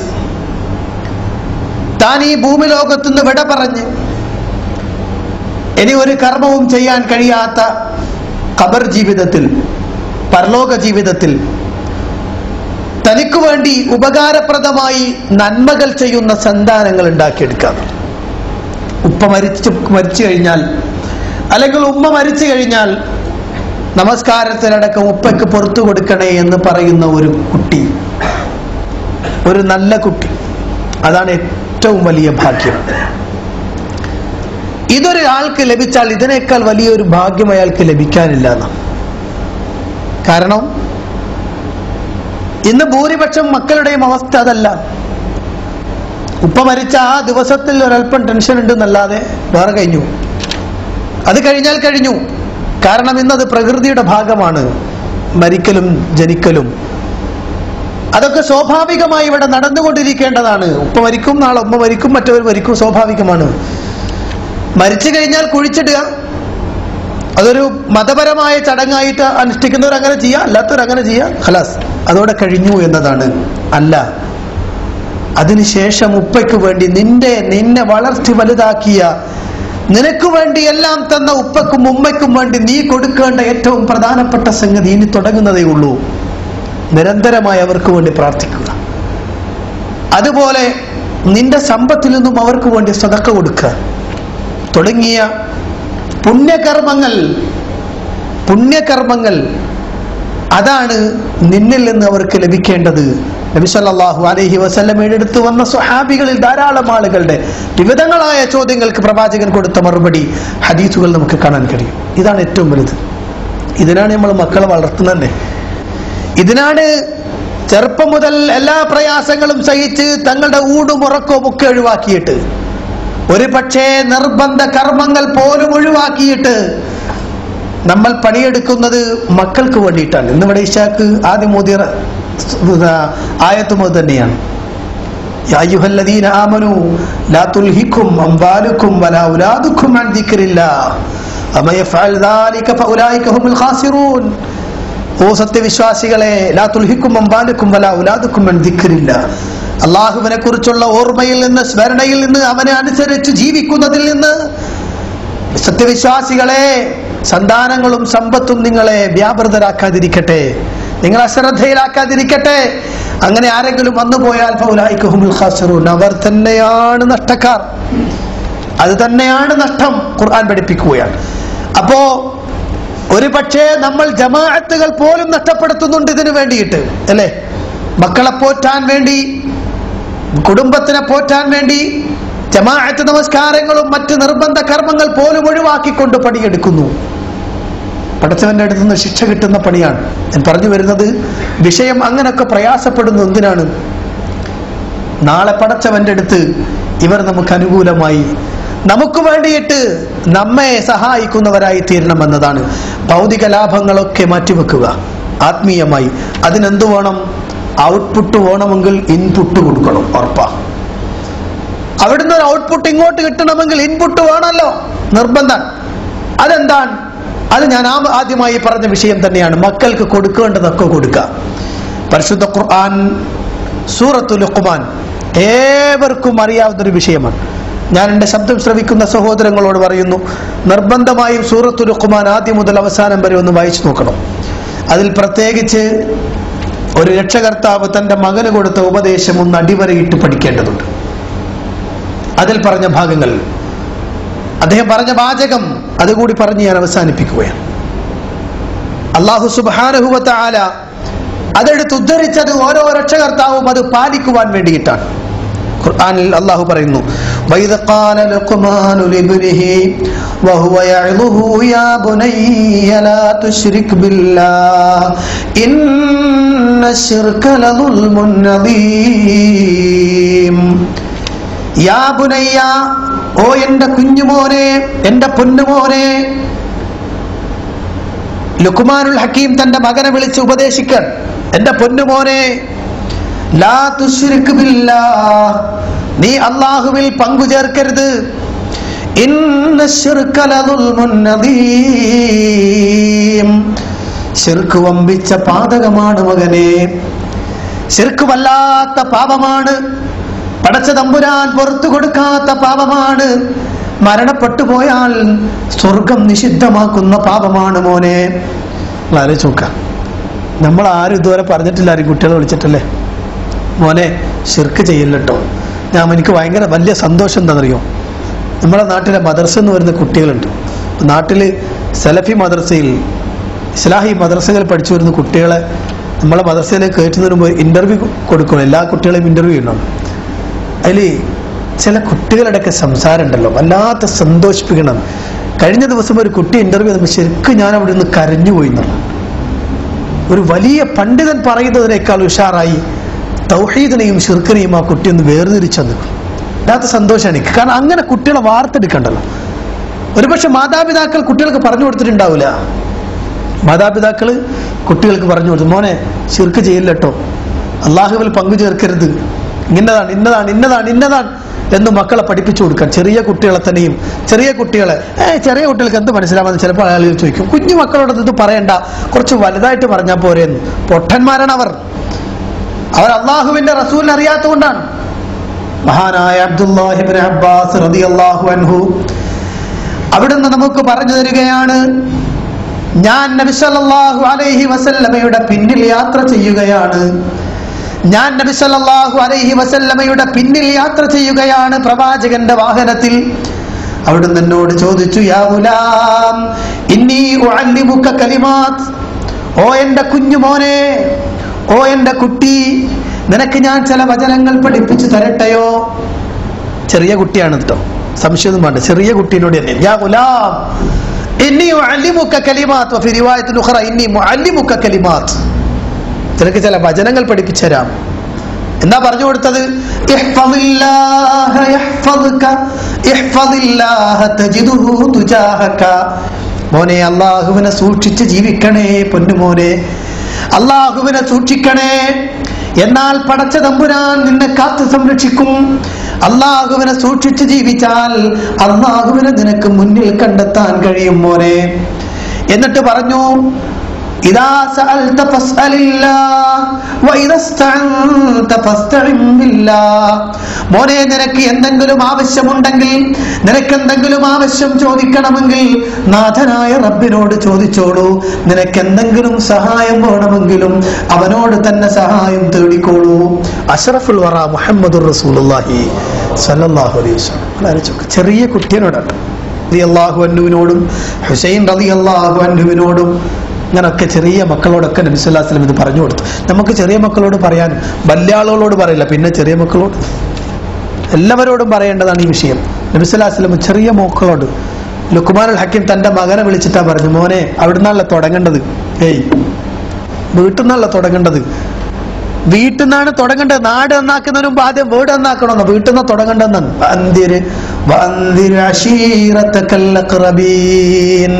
അടുത്ത കുടുംബത്തിൽ നിന്ന് പ്രവാചകരെ മുന്നറിയിപ്പ് കൊടുത്ത് തുടങ്ങിക്കോളൂ നബി സല്ലല്ലാഹു അലൈഹി വസല്ലമയുടെ നിർദ്ദേശം, പ്രവാചകനോടുള്ള നിർദ്ദേശം.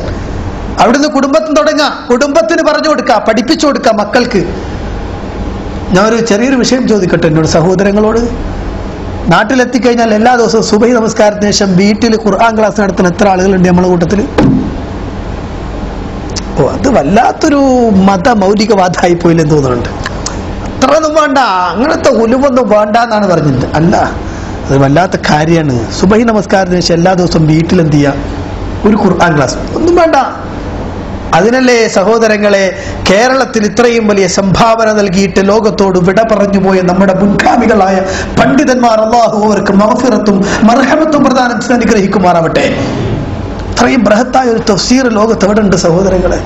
എല്ലാ തഫ്സീറുകളുടെയും സാരാംശം ഊറ്റിയെടുത്തിട്ട് മലയാളത്തിലേക്ക് ട്രാൻസ്ലേറ്റ് ചെയ്ത് നമുക്ക് സമ്മാനിച്ചു മുഹമ്മദ് അമാനി മൗലവിയും അതുപോലുള്ള പണ്ഡിതന്മാർ.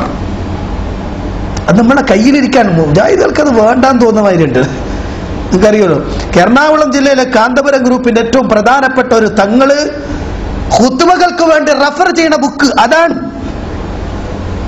ഞാൻ ആധികാരികമായിട്ട് പറയണം, വെറുതെ പറയണമെന്നല്ല, ആ തഫ്സീറാണ്. അതിനേക്കാൾ വലിയ ഒരു മലയാള പരിഭാഷ കേരളത്തിൽ ഇല്ലാന്നാ. മേടിച്ചിട്ടുണ്ടോ? എത്ര ആളുകൾ മേടിച്ചിട്ടുണ്ട്? 4 വാല്യം കൂടിയിട്ട് വീട്ടിലുള്ള എത്ര ആളുകളുണ്ട് നമ്മുടെ കൂട്ടത്തില്? 4 വാല്യം ബൃഹത്തായ തഫ്സീർ. എത്ര ആളുകൾ നമ്മളെ വീട്ടിൽ, നമ്മുടെ കൂട്ടത്തില്? മുജാഹിദുകൾ എന്ന് പറഞ്ഞ് നടക്കുന്ന ആളുകൾ, സലഫികൾ എന്ന് പറഞ്ഞ് നടക്കുന്ന ആളുകൾ വാങ്ങി വെച്ചിട്ടുണ്ടോ വീട്ടില്? അതെടുത്തു വെച്ചിട്ട് രാവിലെ വന്ന് സുബൈ നമസ്കാരത്തിന് ശേഷം എല്ലാവരും വിളിക്കാം, മോനെ എഴുന്നേക്ക് എഴുന്നേക്ക്, സുബൈക്ക് എഴുന്നേക്ക്. ഇല്ലല്ല, എന്ത് ഓൻ കിടക്കട്ടെ, കുറച്ചു കിടക്കട്ടെ അല്ലേ? പ്രത്യേകിച്ച് ഇവിടെ പ്രവാസികളായ ആളുകൾക്കൊക്കെ ഈ സ്കൂളിലും മറ്റു പരീക്ഷയൊക്കെ വന്നു കഴിഞ്ഞാൽ അങ്ങനെ വിഷയമുണ്ടോ? കിടക്കട്ടെ, കുറച്ചുകൂടെ കിടന്നിട്ടെന്നാണ് നരകത്തിലേക്ക് തള്ളിവിടുന്ന മാതാപിതാക്കൾ. എഴുന്നേറ്റാലും കുട്ടികളെ വിളിച്ചുണർത്താത്ത ആളുകൾ, ഭർത്താവ് കിടന്നുറങ്ങുമ്പോൾ വിളിച്ചുണർത്താത്ത ഭാര്യമാര് കിടന്നുറങ്ങുമ്പോൾ വിളിച്ചുണർത്താത്ത ഭർത്താക്കന്മാർ ഒക്കെ പിശാചിന്റെ ആളുകളാണെന്ന് നബി സല്ലല്ലാഹു അലൈഹി വസല്ലം പറയാൻ. നല്ല പെണ്ണ് എന്ന് പറഞ്ഞിട്ട് പ്രവാചകൻ പരിചയപ്പെടുത്തി അറിയാൻ, നല്ല ഭാര്യ, എന്റെ ഭാര്യ നല്ലവളെന്ന് പറയണമെങ്കിൽ നബി സല്ലല്ലാഹു അലൈഹി വസല്ലം പറയാൻ നല്ലൊരു ഭാര്യ ആരാണെന്നറിയോ? ഭർത്താവിന് സുബഹി എഴുന്നേൽക്കുമ്പോൾ ഭർത്താവിന്റെ മുഖത്ത് വെള്ളം കുടയുന്ന പെണ്ണാണ്. നിങ്ങളെ എഴുന്നേക്കുന്ന എഴുന്നേക്കൽ അല്പം വെള്ളം കുടഞ്ഞിട്ട് എഴുന്നേൽപ്പിക്കുന്ന പെണ്ണ് നല്ല പെണ്ണാണ് എന്ന് നബി സല്ലല്ലാഹു അലൈഹി വസല്ലം പഠിപ്പിക്കാൻ. ഒരൊറ്റ പ്രാവശ്യം നമുക്കൊക്കെ വേണ്ടി വരുള്ളൂ അല്ലേ?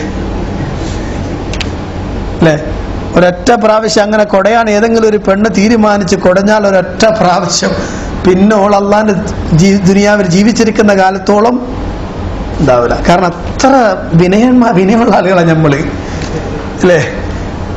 നബി സല്ലല്ലാഹു അലൈഹി വസല്ലം പറയാം, നല്ല ഭർത്താവ് ആരാണ്? കിടന്നുറങ്ങുന്ന ഭാര്യയെ വിളിച്ചുണർത്തുക, ഇല്ലെങ്കിൽ അവളെ മുഖത്തെത്തുമ്പോൾ വെള്ളം ഒഴിച്ചിട്ട് എഴുന്നേൽപ്പിക്കുന്ന, മക്കളെ വിളിച്ചുണർത്തുന്ന ആളുകൾ. സുബഹിക്ക് എഴുന്നേക്കട്ടെ, അവര് നിസ്കരിക്കട്ടെ, എന്നിട്ട് എല്ലാവരും കൂടി കട്ടൻ ചായ കുടിക്കാൻ വലിയ ഉഷാറാണല്ലോ അല്ലേ? എല്ലാവർക്കും ഒരു ചാളപ്പിക്കും എന്നോളോട് ഒരു കട്ടൻ ഉണ്ടാക്കുമെന്ന് പറയുന്നതിന് മുമ്പ് വരി നിസ്കാരം കഴിഞ്ഞ പാട് നമുക്കൊരു ചെറിയൊരു ഉപദേശം, ഏതെങ്കിലും ഒരു ഭാഗത്തുനിന്ന് 2-3 ആയത്തുകളും അതിന്റെ അർത്ഥവും അതിന്റെ ആശയവും. എത്ര ബർക്കത്താണ്! ഈ കുട്ടികൾ അങ്ങനെ ശീലിച്ചു വരട്ടെ. ഇസ്ലാമിക ചുറ്റുപാട് നഷ്ടപ്പെട്ടു, നമ്മളെ വീട്ടിലൊന്നും ഒന്നും ഉണ്ടാവില്ല. ഖുർആൻ ക്ലാസ്സൊക്കെ അത് മൗലവിമാരുടെ അടുത്ത് നടത്തേണ്ടതില്ലേന്നാ? അത് ഖുർആൻ ക്ലാസ്സൊക്കെ മൗലവിമാർ നടത്തേണ്ടതാണ്. ഹദീസ് ക്ലാസ് മൗലവിമാർ നടത്തേണ്ട. മൗലവിമാരില്ലെങ്കിൽ പിന്നെ ഖുർആൻ ക്ലാസ്സും ഇല്ല, ഹദീസ് ക്ലാസ്സും ഒന്നുമില്ല. സ്വന്തമായി നിങ്ങൾക്ക് വേണ്ടി തയ്യാറാക്കി വെച്ച ഈ സംഗതികൾ അള്ളാന്റെ ഖുർആൻ മുലാമാരോടാ പറഞ്ഞ്. അള്ളാന്റെ ഖുർആൻ സൂറത്ത് ഖമർ അല്ലെ അടിക്കടിയായി പറഞ്ഞ വിഷയം എന്താ? ഖുർആൻ അടിക്കടി പല പ്രാവശ്യം എടുത്തു പറഞ്ഞൊരു കാര്യമുണ്ട്. വലഖദ് യസ്സർനൽ ഖുർആന ലിദ്ദിക്ർ ഫഹൽ മിൻ മുദ്ദക്കിർ. ഫഹൽ മിൻ ഉലമാ എന്നല്ല ചോദിച്ചു, ഫഹൽ മിൻ മുദ്ദക്കിർ.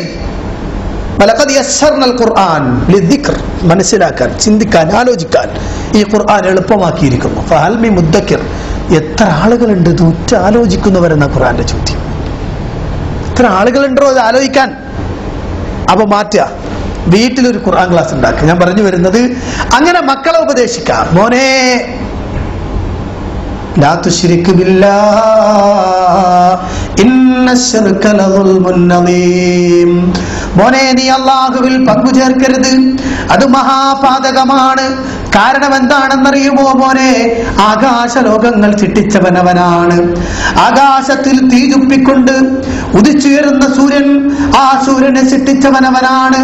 രാത്രികാലങ്ങളിൽ നിലാവലകൾ പൊഴിക്കുന്ന ചന്ദ്രബിംബത്തെയും സൃഷ്ടിച്ചവനവനാണ് മോനെ. ഈ ഭൂമിലോകത്തെ ഹരിതവർണ്ണമാക്കിയവനവനാണ്. ഈ ഭൂമിലോകത്തിലൂടെ കളകളാരവം മുഴക്കി ഒഴുകുന്ന കുഞ്ഞരുവികളെ സൃഷ്ടിച്ചവനും അവനാണ്.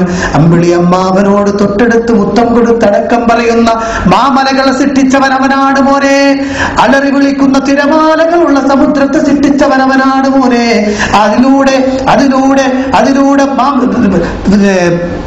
ചെറിയ ചെറിയ മത്സ്യങ്ങളെ തിന്ന് ജീവിക്കുന്ന വലിയ വലിയ നീഴ്ത്തിമംഗലങ്ങളെ പോലെയുള്ള വലിയ മത്സ്യങ്ങളെയും സൃഷ്ടിച്ചവനവനാണ് മോനെ എന്നിങ്ങനെ പറഞ്ഞു കൊടുത്തിട്ട് ഇതൊക്കെ അവനാണ്, നമ്മെ സൃഷ്ടിച്ചവനും നമുക്ക് ആഹാരം നൽകുന്നവനും അവനാണ്. അതുകൊണ്ട് അവനിൽ പങ്കു ചേർക്കാൻ പാടില്ല പറഞ്ഞു കൊടുക്കാം മക്കൾക്ക്. ഇനി പറയേണ്ട മറ്റൊരു വിഷയം കൂടി അദ്ദേഹം പറഞ്ഞു കൊടുക്കുന്നു. അള്ളാഹുവിനെ സൂക്ഷിച്ച് ജീവിക്കുന്ന വിഷയത്തിൽ പടച്ചവൻ കാണുന്നു എന്ന നിലക്ക് ജീവിച്ചോണമെന്നാണ്. പടച്ചവൻ കാണും, എവിടെയാണെങ്കിലും പടച്ചവൻ കാണുന്നതാണ്. പടച്ചവൻ കാണും എന്നുള്ള നിലക്ക് ഉണ്ടാകുക. അത്ര രഹസ്യമായ നിലക്കാണ്, പരസ്യമാണെങ്കിലും പടച്ചവൻ കാണും. എന്നിട്ട് പറഞ്ഞു കൊടുക്കുക അദ്ദേഹം, മോനെ നീ ഒരു ചെറിയ ഒരു കല്ലിന്റെ ഒരു വലിയ പർവ്വതത്തിന്റെ ഉള്ളിൽ, മലയിന്റെ ഉള്ളിൽ, അല്ലെങ്കിൽ ആകാശത്തിലും ഭൂമിയിലും എവിടെയാണെങ്കിലും പോയിരുന്നോളൂ. എവിടെയാണെങ്കിലും പടച്ചവൻ നിന്നെ കാണും, യാതൊരു സംശയമില്ല. അതുകൊണ്ട് പടച്ചവനെ സൂക്ഷിച്ച് ജീവിക്കണം. നീ പടച്ചവനെ സൂക്ഷിച്ച് ജീവിക്കണം. എന്നിട്ട് കേൾക്കണോ, യാ ബുനയ്യ ഖിമിസ്സലാ, ഓ മോനെ നമസ്കാരം നിലനിർത്തണേ മോനെ. നിസ്കരിക്കണേ എന്നല്ല, നിസ്കാരം നിലനിർത്തണേ എന്നാണ്. അതിന്റെ വഖത്തുകളിൽ, അതിനു വേണ്ടി നിശ്ചയിക്കപ്പെട്ട സമയങ്ങളിൽ 5 വഖത്തിലും എന്റെ മകനെ നിസ്കരിക്കണേ. നമസ്കാരത്തിൽ അലസത വരുത്തരുതേ മോനെ, നിസ്കാരത്തിൽ ശ്രദ്ധിക്കണേ മോനെ എന്ന് പറഞ്ഞു അദ്ദേഹം ഉപദേശിക്കാൻ. നിങ്ങളൊക്കെ ഫോൺ ചെയ്യലുണ്ടല്ലോ നാട്ടിലേക്കല്ലേ? മക്കളോട് വിവരമൊക്കെ ചോദിക്കും. ചോറിനോ, കഞ്ഞി കുടിച്ചിനോ എന്നൊക്കെ ചോദിച്ചിട്ട് പെരുന്നാളിൽ തന്നെ കുപ്പായങ്ങൾ വാങ്ങിയല്ലേ, ഒക്കെ വാങ്ങി, അത് വാങ്ങി, ഇത് വാങ്ങി. ഒരിക്കൽ പോലും ഇന്ന് രാവിലെ സുബഹിസ്കരിച്ചിരുന്നോ മോനെ? മോനെ വിളിക്കുമ്പോ നിസ്കരിച്ചിരുന്നോ? ഇന്ന് രാവിലെ സുബഹിസ്കരിച്ചിരുന്നോ മോനെ? ദിക്ർ ചൊല്ലിയിരുന്നോ? ഖുർആൻ ഓതിയിരുന്നോ? എത്ര ആളാണ് ചോദിക്കുന്നത്? സ്കൂളിൽ പോയോ, ബുക്ക് വാങ്ങിയോ, മറ്റേത് ചോദിച്ചോ, എന്തൊക്കെ ചോദിക്കുന്നുണ്ട് നമ്മൾ? ഇത് ചോദിച്ചോ? അതാണ് ലുഖ്മാനുൽ ഹക്കീം തന്റെ മകന് കൊടുക്കാൻ. മോനെ നിസ്കാരം നിലനിർത്തണേ. കഴിഞ്ഞില്ല, വീണ്ടും അദ്ദേഹം പറയുന്നു, വഅ്മുറു ബിൽ മഅറൂഫി വൻഹാ അനിൽ മുൻകർ, നന്മ കൽപ്പിക്കുന്നവനാകണേ മോനെ. എവിടെ നന്മയുണ്ടോ ആ നന്മയെ പ്രോത്സാഹിപ്പിക്കുന്നവനാകണേ മോനെ നീ. കഴിഞ്ഞില്ല, തിന്മ എവിടെ കണ്ടാലും എന്റെ കുട്ടി എതിർക്കണേ മോനെ. പറഞ്ഞു കൊടുക്ക. നമ്മളെ മക്കൾക്ക് ഉപദേശിച്ചു കൊടുക്കേണ്ടതാണ്. നന്മക്ക് വേണ്ടിയിട്ട് നന്മയാണോ ചെയ്യണം, പറയാ ആളുകളോട് പറഞ്ഞു കൊടുക്കുക. തിന്മയ്ക്ക് ഒരു നിലക്കും കൂട്ടു നിൽക്കാൻ പാടില്ല. അതിനെ എവിടെ വെച്ച് കണ്ടാലും എതിർക്കാൻ നിനക്ക് കഴിയണം. അത് ചെയ്യേണ്ടതാണ് എന്നാണ്. അത് ചെയ്യണം എന്ന് മക്കളെ ഉപദേശിക്കുക. എന്ന് വെച്ചാൽ എന്താ അറിയോ, ചെറിയ മക്കളെ ദഅവത്തിന് ശീലിപ്പിക്കണം എന്ന്. ചെറിയ മക്കളെ ദഅവത്തിന് ശീലിപ്പിക്കണം. മക്കളെ, ചെറിയ കുട്ടികളെ MSM ചേർക്കണം എന്നർത്ഥം. മനസ്സിലാ? MSM ചേർത്തിട്ട് കുട്ടികളെ നന്നാക്കണമെന്നും. എന്നിട്ട് കുട്ടികളെ എന്ത് ചെയ്യാ, ഗൾഫ് രാജ്യങ്ങളിൽ ഉണ്ടാക്കണം MSM. ഇവിടെ നമ്മൾ ആകെ ഉള്ളത് ഇസ്ലാഹി സെന്റർ എന്ന് പറഞ്ഞിട്ടൊരു സാധനം ഉണ്ടാക്കി കഴിഞ്ഞില്ലേ? യുവാക്കൾക്ക് വേണ്ടിയിട്ട് എല്ലാവർക്കും കൂടിയിട്ടുള്ളതാണ് എന്ത്, ഇസ്ലാഹി സെന്റർ. അത് ആൺകുട്ടിയും എല്ലാ ചെറിയ കുട്ടികൾക്കും ഒക്കെ അല്ല, പ്രത്യേകിച്ച് ഉണ്ടാക്കണം. ചെറിയ മക്കൾക്ക് അവരുടേതായ ആക്ടിവിറ്റീസ് കൊടുക്കണം. ഇസ്ലാമികമായി അവർ വളരാൻ ആവശ്യമായ പ്രത്യേക നിർദ്ദേശങ്ങൾ കൊടുക്കണം. ഇത് സമ്മർ വെക്കേഷൻ ടൈമാണ് അല്ലെ? പ്രത്യേകിച്ച് സമ്മർ സീസണിൽ എല്ലാവരും പ്രത്യേകം ക്ലാസുകൾ സംഘടിപ്പിക്കുന്ന സമയമാണ്. സമ്മർ വെക്കേഷൻ ക്ലാസുകൾ എന്ന നിലക്ക് ക്ലാസുകൾ സംഘടിപ്പിക്കുന്ന ഘട്ടം. ഇവിടെ ഞാൻ പറയട്ടെ, കുട്ടികൾക്ക് വളരെ പ്രധാനപ്പെട്ട ഒന്ന്, എങ്ങനെ ദഅവത്ത് നടത്തണമെന്ന കൃത്യമായ ഒരു ബോധം കുട്ടികൾക്ക് നൽകണം. ചെറുപ്പത്തിലെ കുട്ടികൾ എന്ത് ചെയ്യട്ടെ, ആ നിലക്ക് ശീലിച്ചു വരട്ടെ. നന്മകളോട് ആഭിമുഖ്യമുള്ള, തിന്മകളോട് വെറുപ്പുള്ള ഒരു സമുദായം ഉണ്ടാവണം. പടച്ചവനോട് പ്രാർത്ഥിക്കണം, اللهم حبب إلينا الإيمان وزينه في قلوبنا وكره إلينا الكفر والفسوق والعصيان. പടച്ചവനോട് പ്രാർത്ഥിക്കുക, اللهم حبب إلينا الإيمان وزينه في قلوبنا. പടച്ചവനെ, ഈമാൻ ഞങ്ങൾക്ക് ഇഷ്ടമുള്ളതാക്കി തീർക്കണം, ഞങ്ങളെ ഹൃദയത്തിന് അലങ്കാരമതാക്കണം, ഞങ്ങളുടെ ഹൃദയങ്ങൾക്ക് അലങ്കാരമാക്കണം. എല്ലാത്തരം തിമ്മാടിത്തരവും ധിക്കാരവും പാപപങ്കലമായ ജീവിതവും ഞങ്ങളെ ഹൃദയത്തിന് വെറുപ്പുള്ളതാക്കണം പടച്ചവനെ. നിരന്തരമായി പ്രാർത്ഥിക്കും. മക്കൾ അതിനാണ് അപ്പോഴേ വളർത്തിക്കൊണ്ടുവരിക. ചെറിയ കുട്ടികൾ തന്നെ അത് നിലക്ക് മനസ്സിലായോ? ചെറിയ കുട്ടികൾക്ക് തന്നെ ഇപ്പൊ പല കുട്ടികൾക്കും അറിയില്ല എന്താണ് ശിർക്ക്, എന്താണ് തൗഹീദ് എന്ന് പറഞ്ഞാൽ. പല കുട്ടികൾക്കും അറിയില്ല. കുട്ടികൾക്ക് പലർക്കും സംഗതി തിരിയണില്ല എന്താണെന്ന്. അതുകൊണ്ട് ശരിക്കും അഖീദ ക്ലാസ്സുകൾ ചെറിയ മക്കൾക്ക് എന്ത് ചെയ്യണം, ഈ സമ്മർ ടൈമില് ആദർശ ക്ലാസ്സുകൾ എന്ന് പറഞ്ഞിട്ട് പ്രത്യേകം ക്ലാസ് വെക്കണം ചെറിയ മക്കൾക്ക്. എന്നിട്ട് അവരെ പഠിപ്പിച്ചു കൊടുക്കണം, ഇന്നതാണ് തൗഹീദ്, ഇന്നതാണ് വിഷയം, ഇന്ന കാര്യങ്ങളൊക്കെ ലോകത്ത് നടക്കുന്നുണ്ട് എന്ന് പഠിപ്പിക്കണം. ഇപ്പൊ ഖബർ ആരാധനയെ കുറിച്ച് പറഞ്ഞ ഖബർ പൂജ നടക്കുന്നുണ്ട് കുട്ടികൾ എന്താ മനസ്സിലായില്ല, എന്താ ഇതൊക്കെ എന്ന് പറഞ്ഞ് എന്താണെന്ന് ചോദിക്കും കുട്ടികൾ. കാരണം ഇവിടെ വളർന്ന കുട്ടികൾക്ക് അത് പെട്ടെന്ന് ഓർമ്മ വരില്ല. അപ്പൊ അതിനെ കുട്ടികൾക്ക് കാണിച്ചു കൊടുക്കണം, ഇന്നതാണ്. അതൊന്നും അപകടം ഉണ്ടാക്കുന്ന പരിപാടി ഇല്ല കേട്ടോ. ഇങ്ങനെ ഒരു കാലം ഉണ്ടായിരുന്നു എന്ന് പറഞ്ഞാൽ അത് അപകടം ഉണ്ടാക്കുമെന്ന് ചില ആളുകളൊക്കെ ധാരണയുണ്ട്. അങ്ങനെ അപകടമൊന്നും ഉണ്ടാവില്ല. കുട്ടികൾക്ക് ശരിക്കും പഠിപ്പിച്ചു കൊടുക്കണം, ഇന്നതാണ്. ഇതാ കണ്ടോ മോനെ, നമ്മളെ നാട്ടിൽ നിന്ന് ഇറങ്ങിയ ധാരാളം സീഡികൾ, ധാരാളം ക്ലിപ്പുകൾ ഉണ്ട്, കാണിച്ചു കൊടുക്കണം. അതായത് കണ്ടോ, ഇങ്ങനെയൊക്കെയാണ് നടക്കുന്നത്, ഇതൊക്കെ തെറ്റാണ് എന്ന് കുട്ടികളെ പഠിപ്പിച്ചു കൊടുക്കുന്ന സമ്മർ വെക്കേഷൻ ക്ലാസ്സുകളിൽ കുട്ടികളെ ദഅവത്തിന് ശീലിപ്പിക്കണം, ഫീൽഡ് ദഅവക്ക് ശീലിപ്പിക്കും മക്കളെ. അപ്പോ ലുക്മാൻ ഹക്കീം പറയാണ്, വഅ്മുർ ബിൽ മഅറൂഫ് വൻഹ അനിൽ മുൻകർ, മാത്രമല്ല വസ്ബിർ അലാ മാ അസ്വാബക ഇന്ന ദാലിക മിൻ അസ്മിൽ ഉമൂർ. ഈ വിഷയത്തിൽ മോനെ കുറെ ക്ഷമ വേണ്ടി വരും. അല്ലാഹുവിനനുസരിച്ച് ജീവിക്കാൻ, നന്മ കൽപ്പിക്കാൻ, തിന്മ വിരോധിക്കാൻ, അങ്ങനെയുള്ള കാര്യങ്ങൾക്ക് മോനെ ക്ഷമ വേണ്ടി വരും. ക്ഷമിക്കണം കേട്ടോ. കുട്ടിയെ എടുത്തിയാടല്ലേ. കുട്ടി വെറുതെ ആളുകളുടെ കടയിൽ പ്രശ്നം ഉണ്ടാക്കുന്നവനാവണ്ട. ശരിക്ക് ക്ഷമയോടെ ജീവിക്കണേ മോനെ എന്ന് ഉപദേശിക്കണം. കഴിഞ്ഞില്ല, ഇനി അദ്ദേഹം പറഞ്ഞ വാക്കുകൂടി പറഞ്ഞ് ഞാൻ അവസാനിപ്പിക്കട്ടെ. വലാ തുസഇർ ഖദ്ദക ലിന്നാസി വലാ തംശി ഫിൽ അർദി മർഹാ വലാ തുസഇർ ഖദ്ദക ലിന്നാസ്. ഇനി ഒരു സാമൂഹികമായ രീതി കൂടി വേണം മോനെ. ഇതൊക്കെ പടച്ചവനുമായി ബന്ധപ്പെട്ട ആത്മീയമായ വിഷയങ്ങളാണെങ്കിൽ ഭൗതിക ലോകത്ത് ജനങ്ങളുമായി ഇടപഴകുമ്പോൾ മകനെ കുറെ സാമൂഹിക മര്യാദകൾ കൂടി പാലിക്കേണ്ടതുണ്ട്. ആളുകളെ കളിയാക്കുന്ന സ്വഭാവം എന്റെ മകനുണ്ടാവരുത് മോനെ. ആളുകളെ പരിഹസിക്കരുത് മോനെ. ഭൂമിയിലൂടെ നടക്കുമ്പോൾ ചവിട്ടി മതിച്ചുകൊണ്ട് നടക്കല്ല മോനെ. നിഷ്കളങ്കമായ നിലക്ക് വിനയാന്വിതനായിട്ട് ഭൂമിയെ ഉപദ്രവിക്കാതെ വളരെ മാന്യമായി ജീവിക്കണേ മോനെ എന്നൊക്കെയുള്ള ഭൗതികമായ ഉപദേശങ്ങൾ ഇതൊക്കെ കൊടുക്കുക. ഇതൊക്കെ മക്കൾക്ക് കൊടുക്കേണ്ട ഉപദേശങ്ങളാണ്. ഇങ്ങനെയൊക്കെ മക്കളെ ഉപദേശിച്ച് നിങ്ങൾ ആലോചിച്ചൊക്കെ, അങ്ങനെ ഒരു കുട്ടിയെ കണ്ടാൽ എന്തായിരിക്കും ലോകത്തിന്റെ ഒരു അവസ്ഥ? അങ്ങനെയുള്ള മക്കളെയല്ലേ നബി സല്ലല്ലാഹു അലൈഹി വസല്ലമ വാർത്തെടുത്ത കുട്ടികൾ അങ്ങനെയായിരുന്നു. അങ്ങനെയുള്ള മക്കളെയാണ് നമുക്ക് വേണ്ടത്. ആ മക്കളാണ് നമുക്ക് ഉപകാരപ്രദമായി തീരുക. അതുകൊണ്ട് സഹോദരങ്ങളെ ഞാൻ അവസാനിപ്പിക്കുകയാണ്. വളരെ ചുരുങ്ങിയ നിലക്ക് ഞാൻ എൻ്റെ സാധാരണ ശൈലികളിൽ നിന്നൊക്കെ മാറിയ ഒരു പ്രത്യേക രൂപത്തിൽ ഈ വിഷയം നിങ്ങളുടെ മുന്നിൽ അവതരിപ്പിച്ചു എന്ന് മാത്രം. ശാരീരികമായി കുറച്ച് വിഷമങ്ങൾ ഉള്ളത് കൊണ്ട് മാത്രമാണ്. മാത്രമല്ല, നാളത്തെ വിശാലമായ ഒരു വിഷയത്തിന് വേണ്ടിയിട്ട് ഒരുങ്ങുകയാണെന്ന് വിചാരിച്ചോളൂ. അപ്പോൾ അതിന് വേണ്ടിയിട്ട് ചുരുങ്ങിയ നിലക്കും വളരെ ചിതറിയ ചില ചിന്തകൾ നിങ്ങൾക്ക് ഇട്ടു തന്നതാണ്. അതുകൊണ്ട് മക്കൾ നമുക്ക് ഉപകാരമുള്ളവരായി തീരണം. നാളെ യാതൊരു ഉപകാരവുമില്ല, യാതൊരു ആരാലും നമുക്ക് ഉപകാരം ചെയ്യാൻ കഴിയാത്ത ഘട്ടത്തിൽ നമ്മുടെ മക്കളിൽ നിന്നുള്ള നന്മയെങ്കിലും നമുക്ക് ലഭിച്ച് അങ്ങനെ സ്വർഗത്തിൽ കടക്കാൻ കഴിയണം. ഖുർആൻ പറഞ്ഞ പോലെ അൽ മാലു വൽ ബനൂന സീനത്തുൽ ഹയാത്തുദ് ദുനിയ വൽ ബാഖിയാത്തുസ് സാലിഹാത്തു ഖൈറുൻ ഇൻദ റബ്ബിക സവാബൻ വ ഖൈറുൻ അമലാ. അൽ മാലു വൽ ബനൂന സീനത്തുൽ ഹയാത്തുദ് ദുനിയ, സമ്പത്തും സന്താനങ്ങളും ഭൗതിക ലോകത്തിന്റെ അലങ്കാരങ്ങളാകുന്നു. ഭൗതിക ലോകത്തിന്റെ അലങ്കാരങ്ങളാണ് സമ്പത്തും സന്താനങ്ങളും. വൽബാഖിയാതു സ്വാലിഹാതു ഖൈറുൻ ഇൻദ റബ്ബിക സവാബൻ വഖൈറുൻ അമലാ.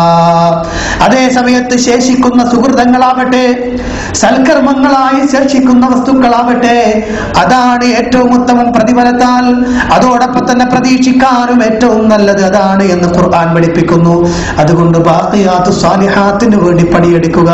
പടച്ച തമ്പുരാന്റെ അടുത്തെത്തുമ്പോൾ, അള്ളാഹുവിന്റെ അടുത്തെത്തുമ്പോൾ ഖൈറായ പ്രവർത്തനങ്ങളുമായി ജീവിക്കുന്ന, ഖൈറായ പ്രവർത്തനങ്ങൾ ചെയ്ത് സ്വർഗത്തിലേക്ക് എത്തുന്ന മാതാപിതാക്കളോടൊപ്പം, മക്കളോടൊപ്പം, ഭാര്യയോടൊപ്പം, ഇവിടെയുള്ള സ്വന്തം കുടുംബത്തോടൊപ്പം തന്നെ നാളെ പരലോകത്തിലും ഒരുമിച്ച് കൂടുന്ന മുത്തഖികളുടെ കൂട്ടത്തിൽ അള്ളാഹു നമ്മെ ഉൾപ്പെടുത്തി അനുഗ്രഹിക്കുമാറാവട്ടെ. വഴിപിഴച്ചു പോയി സന്താനങ്ങൾ അതിന്റെ പേരിൽ കണ്ണീര് കുടിക്കുന്ന രക്ഷകർത്താക്കളാക്കല്ല നാഥ. പടച്ച തമ്പുരാനെ, ഞങ്ങൾക്ക് ഞങ്ങളുടെ കണ്ണിന് കുളിർമ നൽകുന്ന സന്താനങ്ങൾ നൽകണേ തമ്പുരാനെ. ഞങ്ങൾക്ക് കണ്ണിന് കുളിർമ നൽകുന്ന, ഞങ്ങൾക്ക് വേണ്ടി പണിയെടുക്കുന്ന, ഞങ്ങൾ മരിച്ചാൽ പടച്ചവനെ എന്റെ ഉപ്പക്ക് പുറത്തു കൊടുക്കണേ എന്ന് മനസ്സറിഞ്ഞുകൊണ്ട് പ്രാർത്ഥിക്കുന്ന ഒരു നല്ല സന്താനത്തെ ഞങ്ങൾക്ക് നീ നൽകണേ നാഥ. പണമില്ലെങ്കിലും മറ്റ് പദവികളില്ലെങ്കിലും ഇങ്ങനെ ഒരു സന്താനത്തെ ഞങ്ങൾക്ക് നീ പ്രദാനം ചെയ്യണേ തമ്പുരാനെ. റബ്ബന റബ്ബി ഹബ്ലി മിൻ ലദുൻക ദുർരിയത്തൻ ത്വയ്യിബ എന്ന് പ്രവാചകന്മാരെ പ്രാർത്ഥിച്ചതുപോലെ നാഥ, നിന്റെ അടുത്തുനിന്ന് സ്വാലിഹായ ഒരു സന്താനത്തെ ഞങ്ങൾക്ക് നീ പ്രദാനം ചെയ്യണേ തമ്പുരാനെ. ഞങ്ങളെ സന്താനങ്ങളെ സ്വാലിഹീങ്ങളാക്കണേ തമ്പുരാനെ. ഞങ്ങൾക്ക് ഉപകരിക്കുന്ന മക്കളാക്കണേ തമ്പുരാനെ.